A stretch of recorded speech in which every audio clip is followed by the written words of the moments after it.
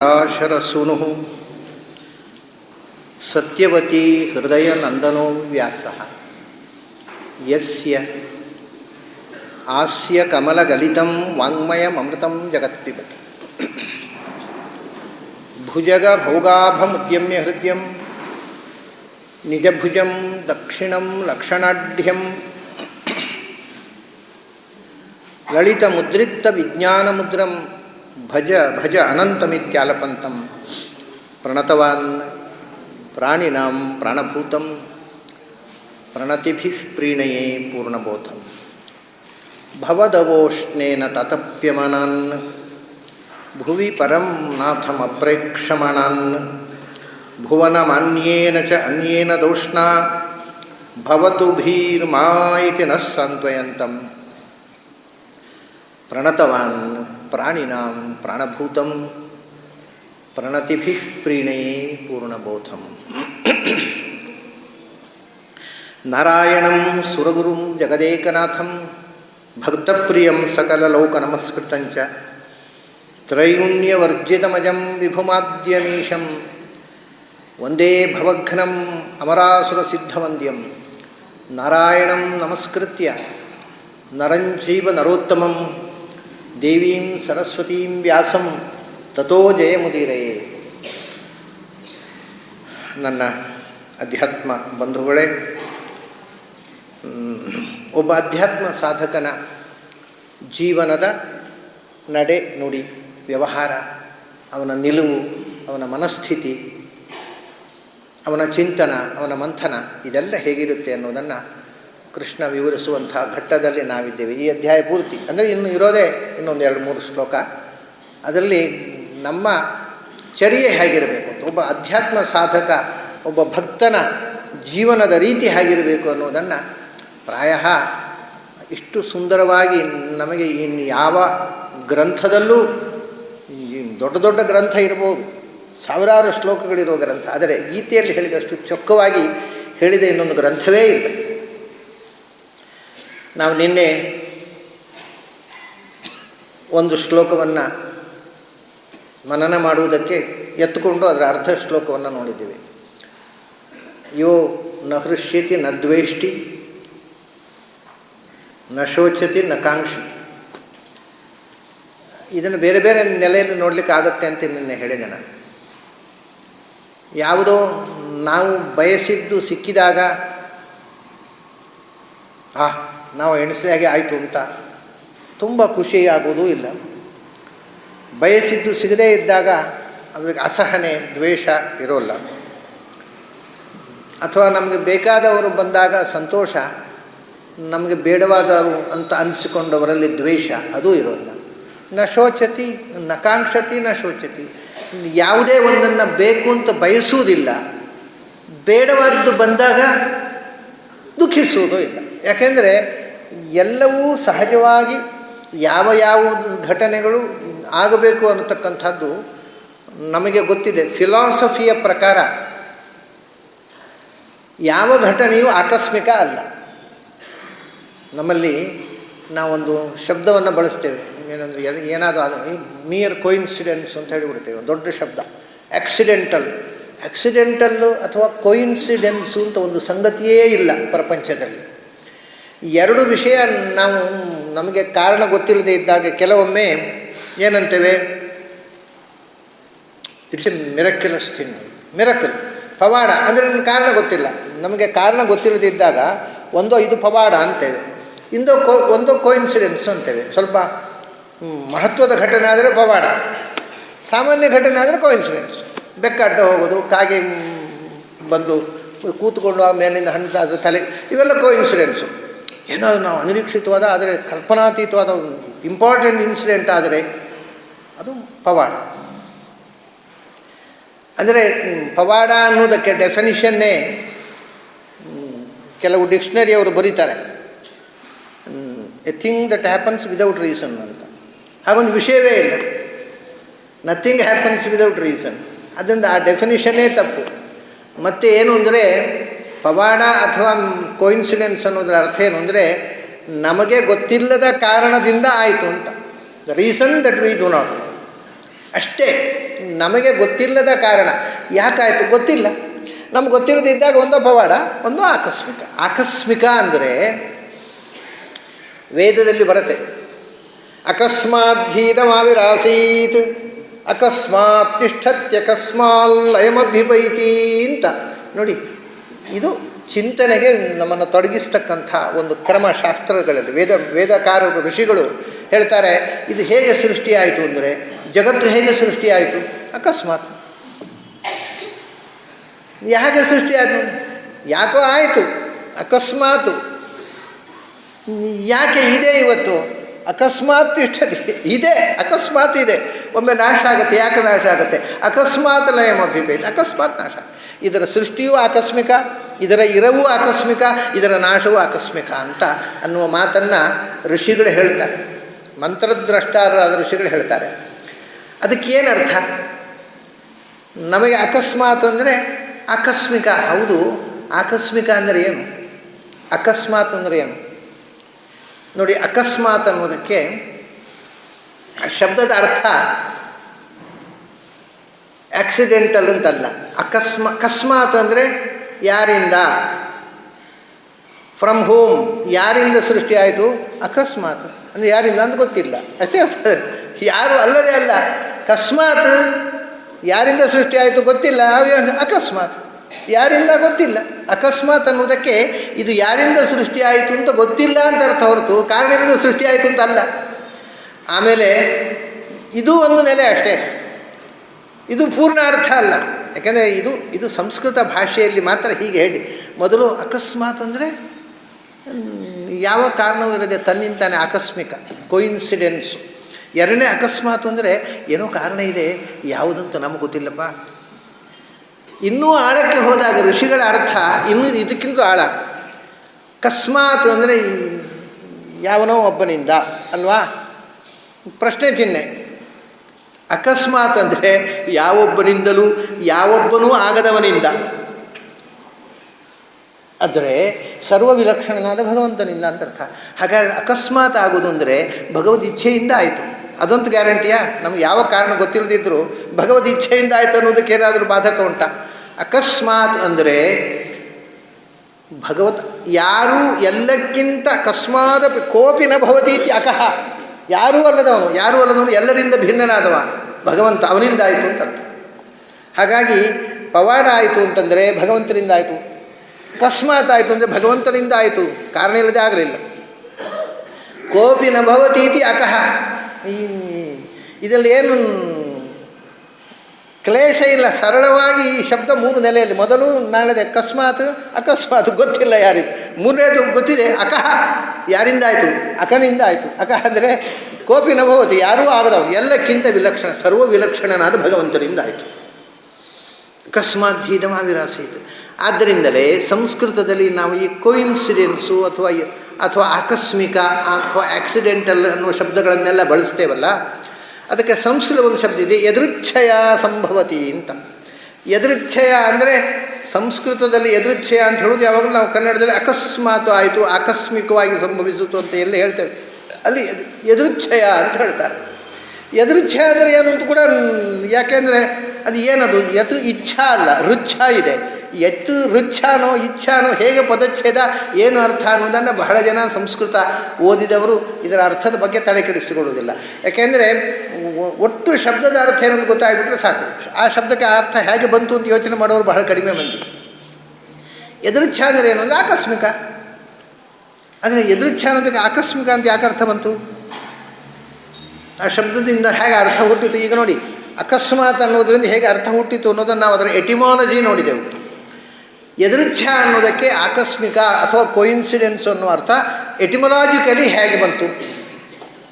ಯಾರು ಇದ್ರ ಬಗ್ಗೆ ಕೋಶಕಾರರಾಗಲಿ ವ್ಯಾಖ್ಯಾನಕಾರರಾಗಲಿ ಸಾಮಾನ್ಯವಾಗಿ ಎಟಿಮಾಲಜಿ ಬಗ್ಗೆ ತಲೆ ಕೆಡಿಸಿಕೊಳ್ಳುವ ಪಂಡಿತರೇ ಕಡಿಮೆ. ಅದು ಆ ರಗಳೆ ಬೇಡ ಅಂದು ಸುಲಭದ ದಾರಿ. ಆಚಾರ್ಯರು ಒಂದು ಇದಕ್ಕೆ ಒಂದು ಲಿಂಕ್ ಕೊಟ್ಟರು. ಎದೃಚ್ಛಾ ಅನ್ನೋದಕ್ಕೆ ಆಕಸ್ಮಿಕ ಅಂತ ಅರ್ಥ ಅಂತ ಎಲ್ಲರೂ ಹೇಳಿದಾಗ ಆಚಾರ್ಯದಕ್ಕೆ ಅರ್ಥ ಬರೆದ್ರು ಈಶ್ವರೇಚ್ಛಾ ಎದೃಚ್ಛಾ ಸ್ಯಾತ್ ಅಂತ. ನೋಡಿ, ಅಕಸ್ಮಾತ್ ಅಂದರೆ ಭಗವಂತನ ಇಚ್ಛೆಯಿಂದ ಅಂತ ಅರ್ಥ ಹೇಳಿದೆ, ಎದೃಚ್ಛಾ ಅನ್ನೋದಕ್ಕೂ ಅದೇ ಅರ್ಥ ಅಂತಾರೆ ಆಚಾರ್ಯ.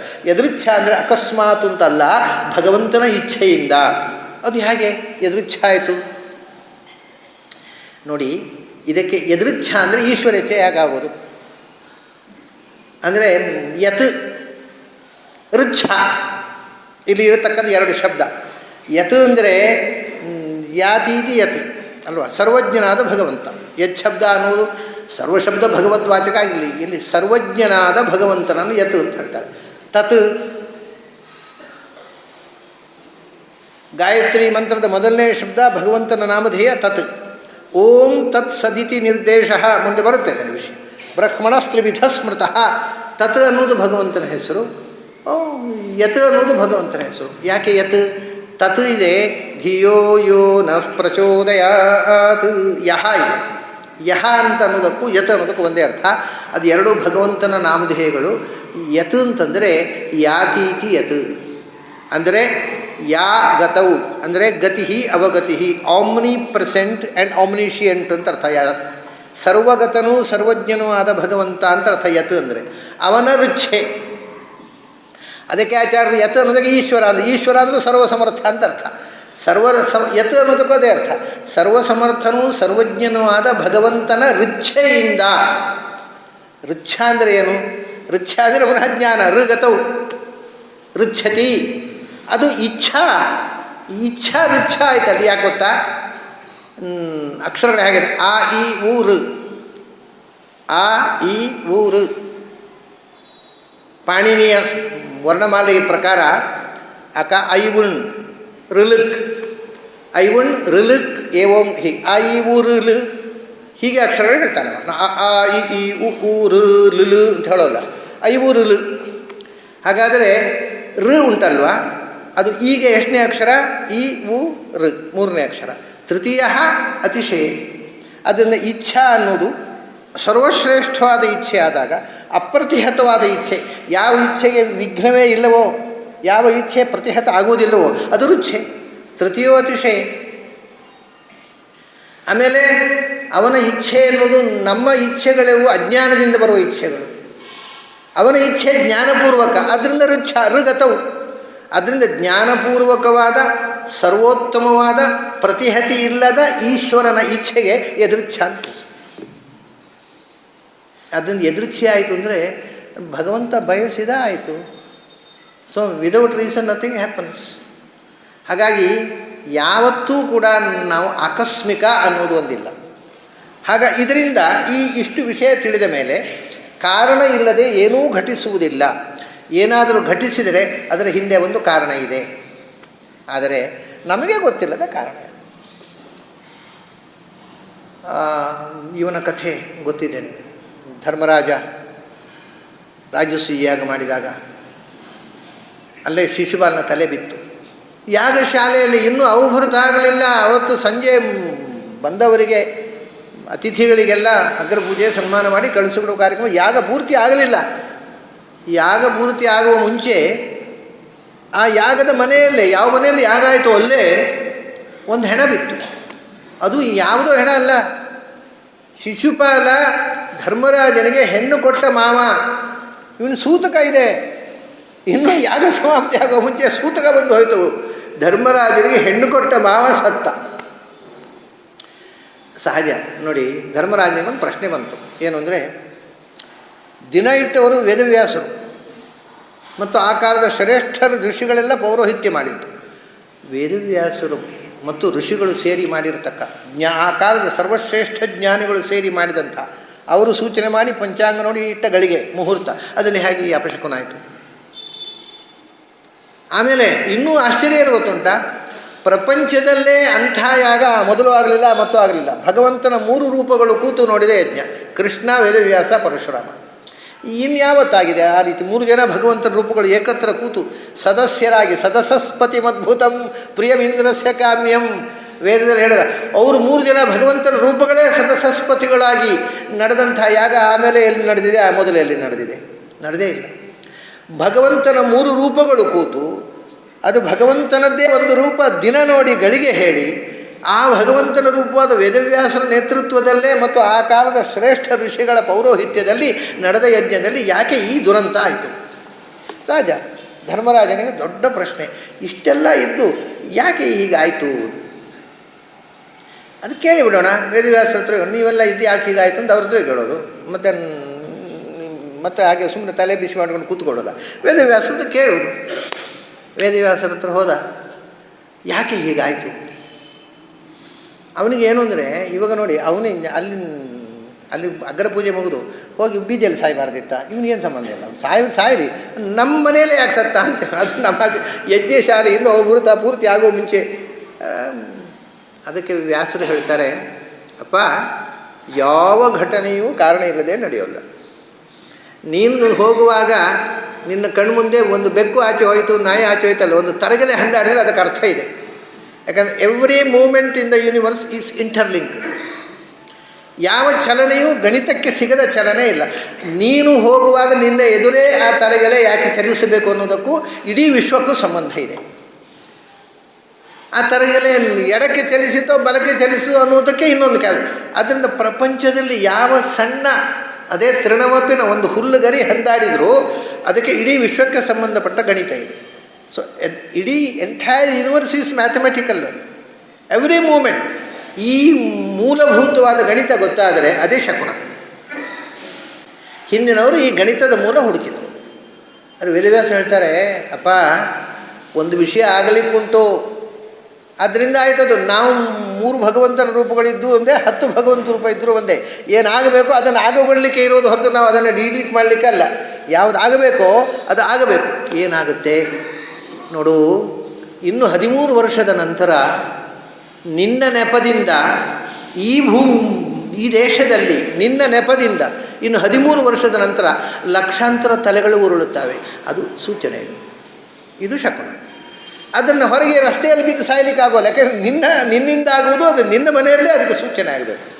ನೋಡಿ, ಇದು 13 ವರ್ಷದ ನಂತರ ಲಕ್ಷಾಂತರ ತಲೆಗಳು ಉರುಳುತ್ತವೆ ಅನ್ನುವುದನ್ನು ದೈವ ನನಗೆ ತೋರಿಸಿಕೊಟ್ಟಿತು. ಇದು ಶಕುನ. ಶಕುನಕ್ಕೆ ಇಷ್ಟು ಖಚಿತವಾಗಿರತಕ್ಕಂಥ ಒಂದು ವಿವರಣೆಯನ್ನು ವ್ಯಾಸರು ಕೊಟ್ಟರು.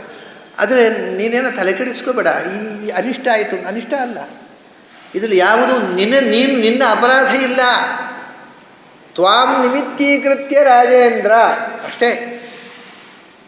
ನಿನ್ನ ನೆಪ, ನಿನ್ನ ಅಪರಾಧ ಇಲ್ಲ. ಮತ್ತು ದುರ್ಯೋಧನ ಅಪರಾಧ ಇಲ್ಲ. ತಪ್ಪು ದುರ್ಯೋಧನದ್ದು. ಯುದ್ಧ ಆಗುವುದು ದುರ್ಯೋಧನಿಂದಾಗಿ, ಸಾಯುವುದು ನಿನ್ನಿಂದ ಅಲ್ಲ. ಭೀಮಾರ್ಜುನ ಬಲ ಏನಕ್ಕೆ? ಭೀಮಾರ್ಜುನರ ಬಲದಿಂದ ಸಾಯ್ತಾವೆ ಅಲ್ಲ, ದುರ್ಯೋಧನ ತಪ್ಪಿನಿಂದ ಸಾಯ್ತಾವೆ. ನೀನು ನೆಪ, ಯಾಕೆಂದರೆ ಸೀನಿಯರ್ ಮೋಸ್ಟ್ ಆದ್ದರಿಂದ ನಿನ್ನ ಹೆಸರು ಹೇಳಿ ಯುದ್ಧ ಆಗುತ್ತೆ. ನಿನಗೆ ಪಾತ್ರ ಏನೂ ಇಲ್ಲ, ಆದರೂ ನಿನ್ನಿಂದಾಗಿ ಆಗುತ್ತೆ. ಅದಕ್ಕೋಸ್ಕರ ನಿನ್ನ ಮನೆಯಲ್ಲಿ ಈ ಸಾವು ಸಂಭವಿಸಿತು. ಶಿಶುಪಾಲ ಸಾಯುವುದು ಮುಂದೆ 13 ವರ್ಷದ ನಂತರ ನಡೆಯುವ 18 ಅಕ್ಷೋಹಿಣಿ ನಾಶದ ಸೂಚನೆ. ಇದು ಶಕುನ. ಹಾಗಾಗಿ ಇಷ್ಟು ಖರಾರವಾಕ್ಕಾಗಿ ಅವರು ಅದನ್ನು ನೋಡಿ. ಆ ಗಣಿತ ಗೊತ್ತಿದ್ದರೆ ಆ ಒಂದು ತಲೆಯಿಂದ ಎಷ್ಟು ತಲೆ ಉರುಳುತ್ತೆ, ಎಷ್ಟು ವರ್ಷದ ನಂತರ ಇಷ್ಟು ಗಣಿತದಲ್ಲಿ ಹೇಳಲಿಕ್ಕೆ ಬರುತ್ತೆ. ಪ್ರತಿಯೊಂದು ಇನ್ಸಿಡೆಂಟು ಅದು ಹಿಂದಿನ ಇನ್ಸಿಡೆಂಟ್ನಿಂದ ಸಂಬಂಧಪಟ್ಟಿದೆ, ಮುಂದೆ ಆಗುವ ಇನ್ಸಿಡೆಂಟಿಗೂ ಸಂಬಂಧಪಟ್ಟಿದೆ. ಇದನ್ನು ಕಂಡು ಹುಡುಕೋದೇ ಗಣಿತ, ಇದೇ ಶಕುನ. ಬಹಳ ನೋಡಿ. ಮತ್ತು ಇದು ನಾವು ಕೆಲವೊಮ್ಮೆ ಶಕುನ ಗೊತ್ತಾದ ಮೇಲೆ ಹಾಗಾದರೆ ಜಗಳ ಆಗುತ್ತೆ, ನನ್ನ ನಿಮಿತ್ತದಿಂದ ಜಗಳ ಆಗುತ್ತೆ, ಅದನ್ನ ಯುದ್ಧ ಆಗುತ್ತೆ. ನಾನು ಒಂದು ಕೆಲಸ ಮಾಡೋಣ, ಧರ್ಮರಾಜ ಇದನ್ನು ಸುಳ್ಳು ಮಾಡಬೇಕು ಅಂತ. ಜಗಳ ಆಗುವಾಗ ಯಾವಾಗಲೂ ನಾವು ಹೇಳಿದರೆ ಅದು ಆಗೋಲ್ಲ, ಇದು ಆಗೋಲ್ಲ ಅಂತ ಹೇಳಿದ್ರು ಜಗಳ ಆಗೋದು. ನಾನು ಇನ್ನು ಮುಂದೆ ಯಾರ ಹತ್ರ ವಾದ ಮಾಡೋಲ್ಲ, ಯಾರು ಏನು ಹೇಳಿದ್ರು ಆಯಿತು ಅಂತ ಹೇಳಿಬಿಡ್ತೇನೆ ಅಂದ ಧರ್ಮರಾಜ. ಅವನ ತಲೆಯಲ್ಲಿ ಹೇಗಾಗತ್ತೆ ಯುದ್ಧ ಅಂತ. ಅವನು ಹಾಗೆ ತೀರ್ಮಾನ ಮಾಡಿದ್ರಿಂದ ಯುದ್ಧ. ಅದು ಯಾಕೆಂದರೆ ದ್ಯೂತಕ್ಕೆ ಬಾ ಅಂತ ಕರೆದ್ರು, ಆಗೋಲ್ಲ ಅಂತ ಹೇಳಿಲ್ಲ, ಆಯಿತು ಅಂತ ಬಂದ, ಯುದ್ಧ ಆಯಿತು. ಸೊ ನಾವು ಏನು ಪ್ಲ್ಯಾನ್ ಮಾಡಿದೆವೋ ಅದೇ ಪ್ಲ್ಯಾನಿಂದ ಕೆಲಸ ಮಾಡಿಸುತ್ತೆ ದೈವ. ಭಾರಿ ವಿಚಿತ್ರ ಇದು. ಇದು ನಮಗೆ ತಿಳಿದಾಗ ನ ಶೋಚತಿ ನ ಕಾಂಕ್ಷತಿ ಅಂತ. ಯಾವುದೋ ಒಂದು ಘಟಿಸಬೇಕು ಅಂತ ಬಯಸುವುದಿಲ್ಲ. ಯಾಕೆಂದರೆ ಯಾವುದು ಘಟಿಸಬೇಕೋ ಅದೇ ಘಟಿಸುವುದು.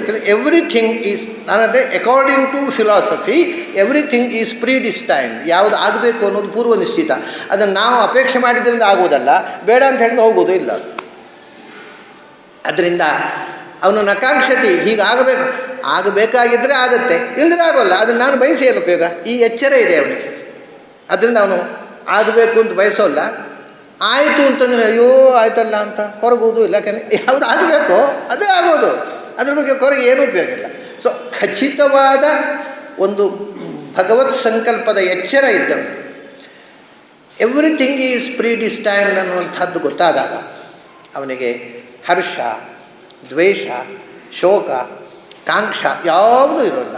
ಮತ್ತು ಏನು ಬಂತೋ ಅದನ್ನು ಸಹಜವಾಗಿ ಸ್ವೀಕಾರ ಮಾಡ್ತಾನೆ ಅಷ್ಟೆ. ಬಂದದ್ದನ್ನು ಅನುಭವಿಸು. ಕುರು ಭುಂಕ್ಷಚ ಕರ್ಮ ನಿಜಂ ನಿಯತಂ.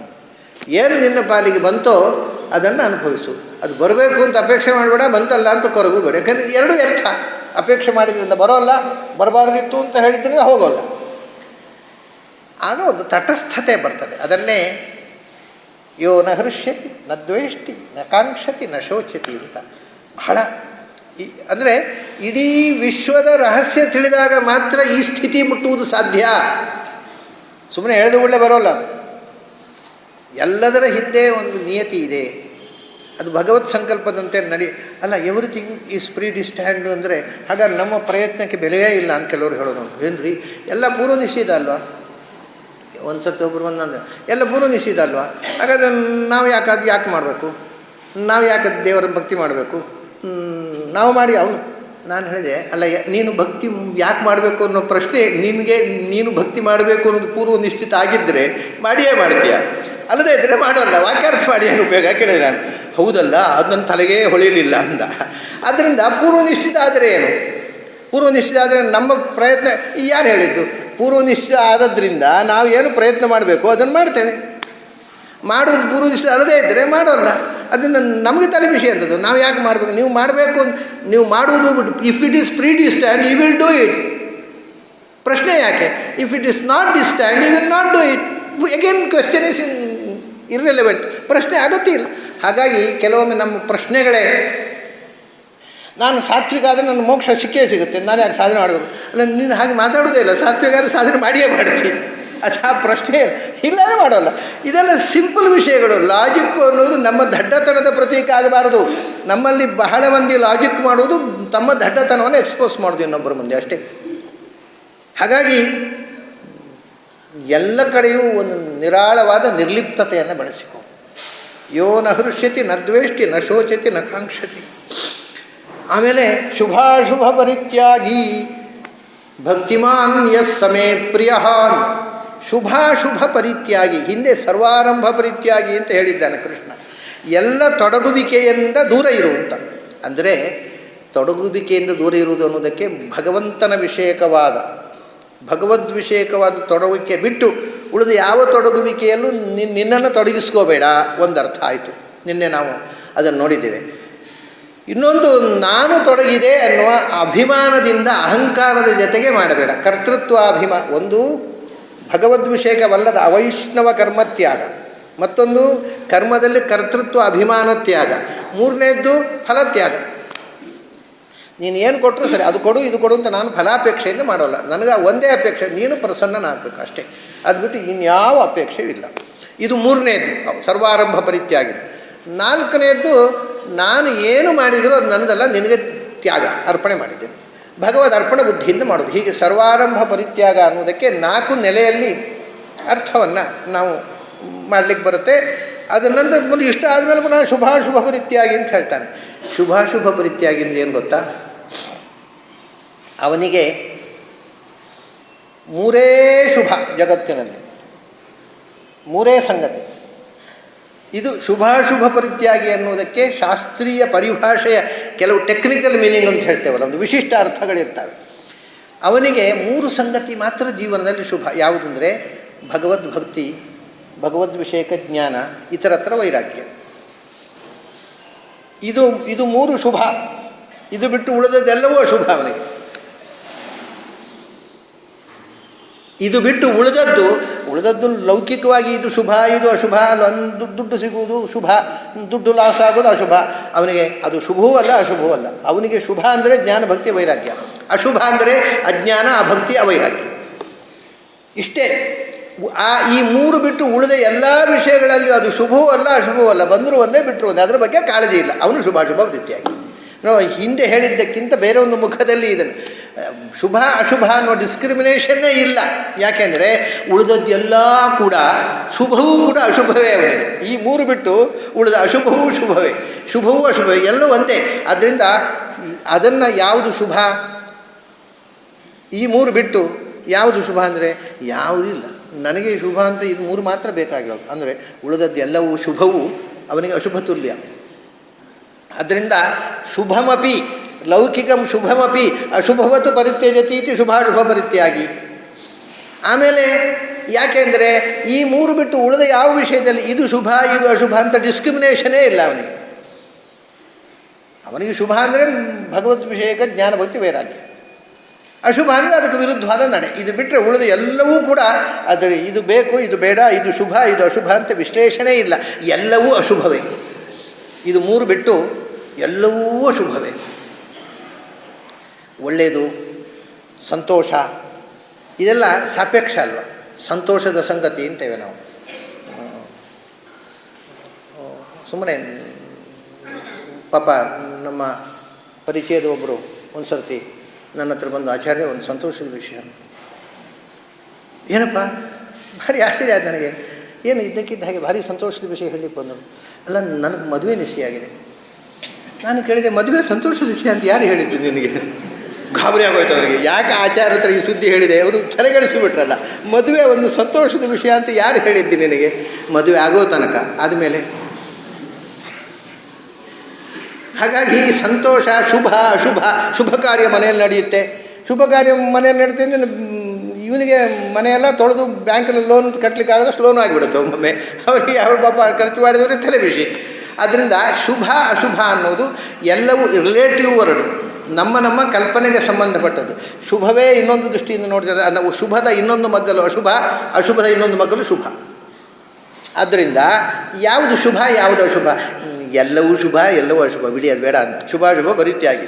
ನಮಗೆ ಶುಭ ಅಂದರೆ ಭಗವಂತನ ಜ್ಞಾನ ಭಕ್ತಿ, ಉಳಿದದ್ದು ಅದು ಶುಭ ಅಂದರೆ ಶುಭ, ಅಶುಭ ಅದು ಸಾಪೇಕ್ಷ. ಅದು ಶುಭ ಅಂತ ತಿಳ್ಕೊಂಡ್ರೆ ಶುಭ, ಅಶುಭ ಅಂತ ತಿಳ್ಕೊಂಡ್ರೆ ಅಶುಭ. ವಸ್ತುತಃ ಯಾವುದೂ ಶುಭ ಇಲ್ಲ ಜಗತ್ತಿನಲ್ಲಿ. ಪ್ರತಿಯೊಂದು ಶುಭವೂ ಪ್ರತಿಯೊಂದು ಶುಭದ ಜೊತೆಗೂ ಅಂದರೆ ನಾಣ್ಯದ ಹಾಗೆ ಅದು ಎರಡು ಮಗ್ಗಲುಗಳು ಉಂಟೇ ಉಂಟು. ಯಾವುದನ್ನು ನಾವು ಶುಭ ಅಂತ ಹೇಳ್ತೇವೆ ಅದರ ಜೊತೆಗೆ ಅಶುಭ ಉಂಟು. ಈಗ ನೋಡಿ, ಹುಟ್ಟುವುದು ಶುಭ ಕಾರ್ಯ. ಮನೆಯಲ್ಲಿ ಮಗು ಹುಟ್ಟಿತು, ಓಹೋ ಸಂತೋಷ ಏನು, ಸಂಭ್ರಮ ಏನು, ಸ್ವೀಟ್ ಹಂಚೋದು, ಎಲ್ರಿಗೂ ಸ್ವೀಟು. ಏನು ರೀ, ನಮ್ಮ ಮನೆಯಲ್ಲಿ ಒಂದು ಮಗು ಹುಟ್ಟಿತು ರೀ, ಆಹಾ ಸಂತೋಷ. ಆದರೆ ಕೃಷ್ಣ ಅದು ಯಾರೋ ಸತ್ತಾಗ ಅಳ್ತಾ ಕೂತ್ಕೊಳ್ತೇವೆ. ಕಡೆ ಅಳಬಾರದೇ ಇದ್ದರೂ ಯಾರಾದ್ರು ಬಂದಾಗ ಅಂತೂ ಅಳ್ತಾ ಕೂತ್ಕೊಳ್ತೇವೆ. ಕಡೆಗೆ ಅವ್ರು ಬಂದು ಸಮಾಧಾನ ಮಾಡಬೇಕಲ್ಲ. ಅಯ್ಯೋ ಎಲ್ಲರಲ್ಲಿ ಇದ್ದದ್ದೇ, ಒಂದು ದಿವಸ ಹುಟ್ಟಿದವರು ಸಾಯಲೇಬೇಕು, ಯಾಕೆ ಅಳ್ತೀರಿ, ಅಳಬೇಡಿ ಅಂತ. ಆಮೇಲೆ ಮತ್ತೂ ಜೋರು ಅಳೋದಿರು ಅವಾಗ. ಅದು ವಾಲ್ಯೂಮ್ ಜಾಸ್ತಿ ಆಗೋದು ಅಳುವನದ್ದು. ಸಶಬ್ದಂ ರೋತಿ. ಇದೆಲ್ಲ ನಾಟಕ ಕಂಪನಿಗಳು ನಮ್ಮ ಜೀವನದಲ್ಲಿ ನಾವು ಅವರು ಸಮಾಧಾನ ಹೇಳೋದು. ಅವ್ರ ಮನೆಯಲ್ಲಿದ್ದರು ಅಂತಾದಾಗ ನಾವು ಹೋಗಿ ವೇದ ಅಂತ ಹೇಳೋದು, ನಮ್ಮ ಮನೆಯಲ್ಲಿದ್ದರು ಅಂತಾದಾಗ ಅವ್ರು ಒಂದು ವೇದ ಅಂತ ಹೇಳೋದು.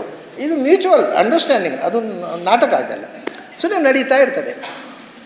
ಶುಭ, ಮನೆಯಲ್ಲಿ ಏನೋ ಒಂದು ಮೃತ್ಯು ಸಂಭವಿಸಿದರೆ ಅಶುಭ, ಇದೊಂದು ಭಾವನೆ ಇದೆ.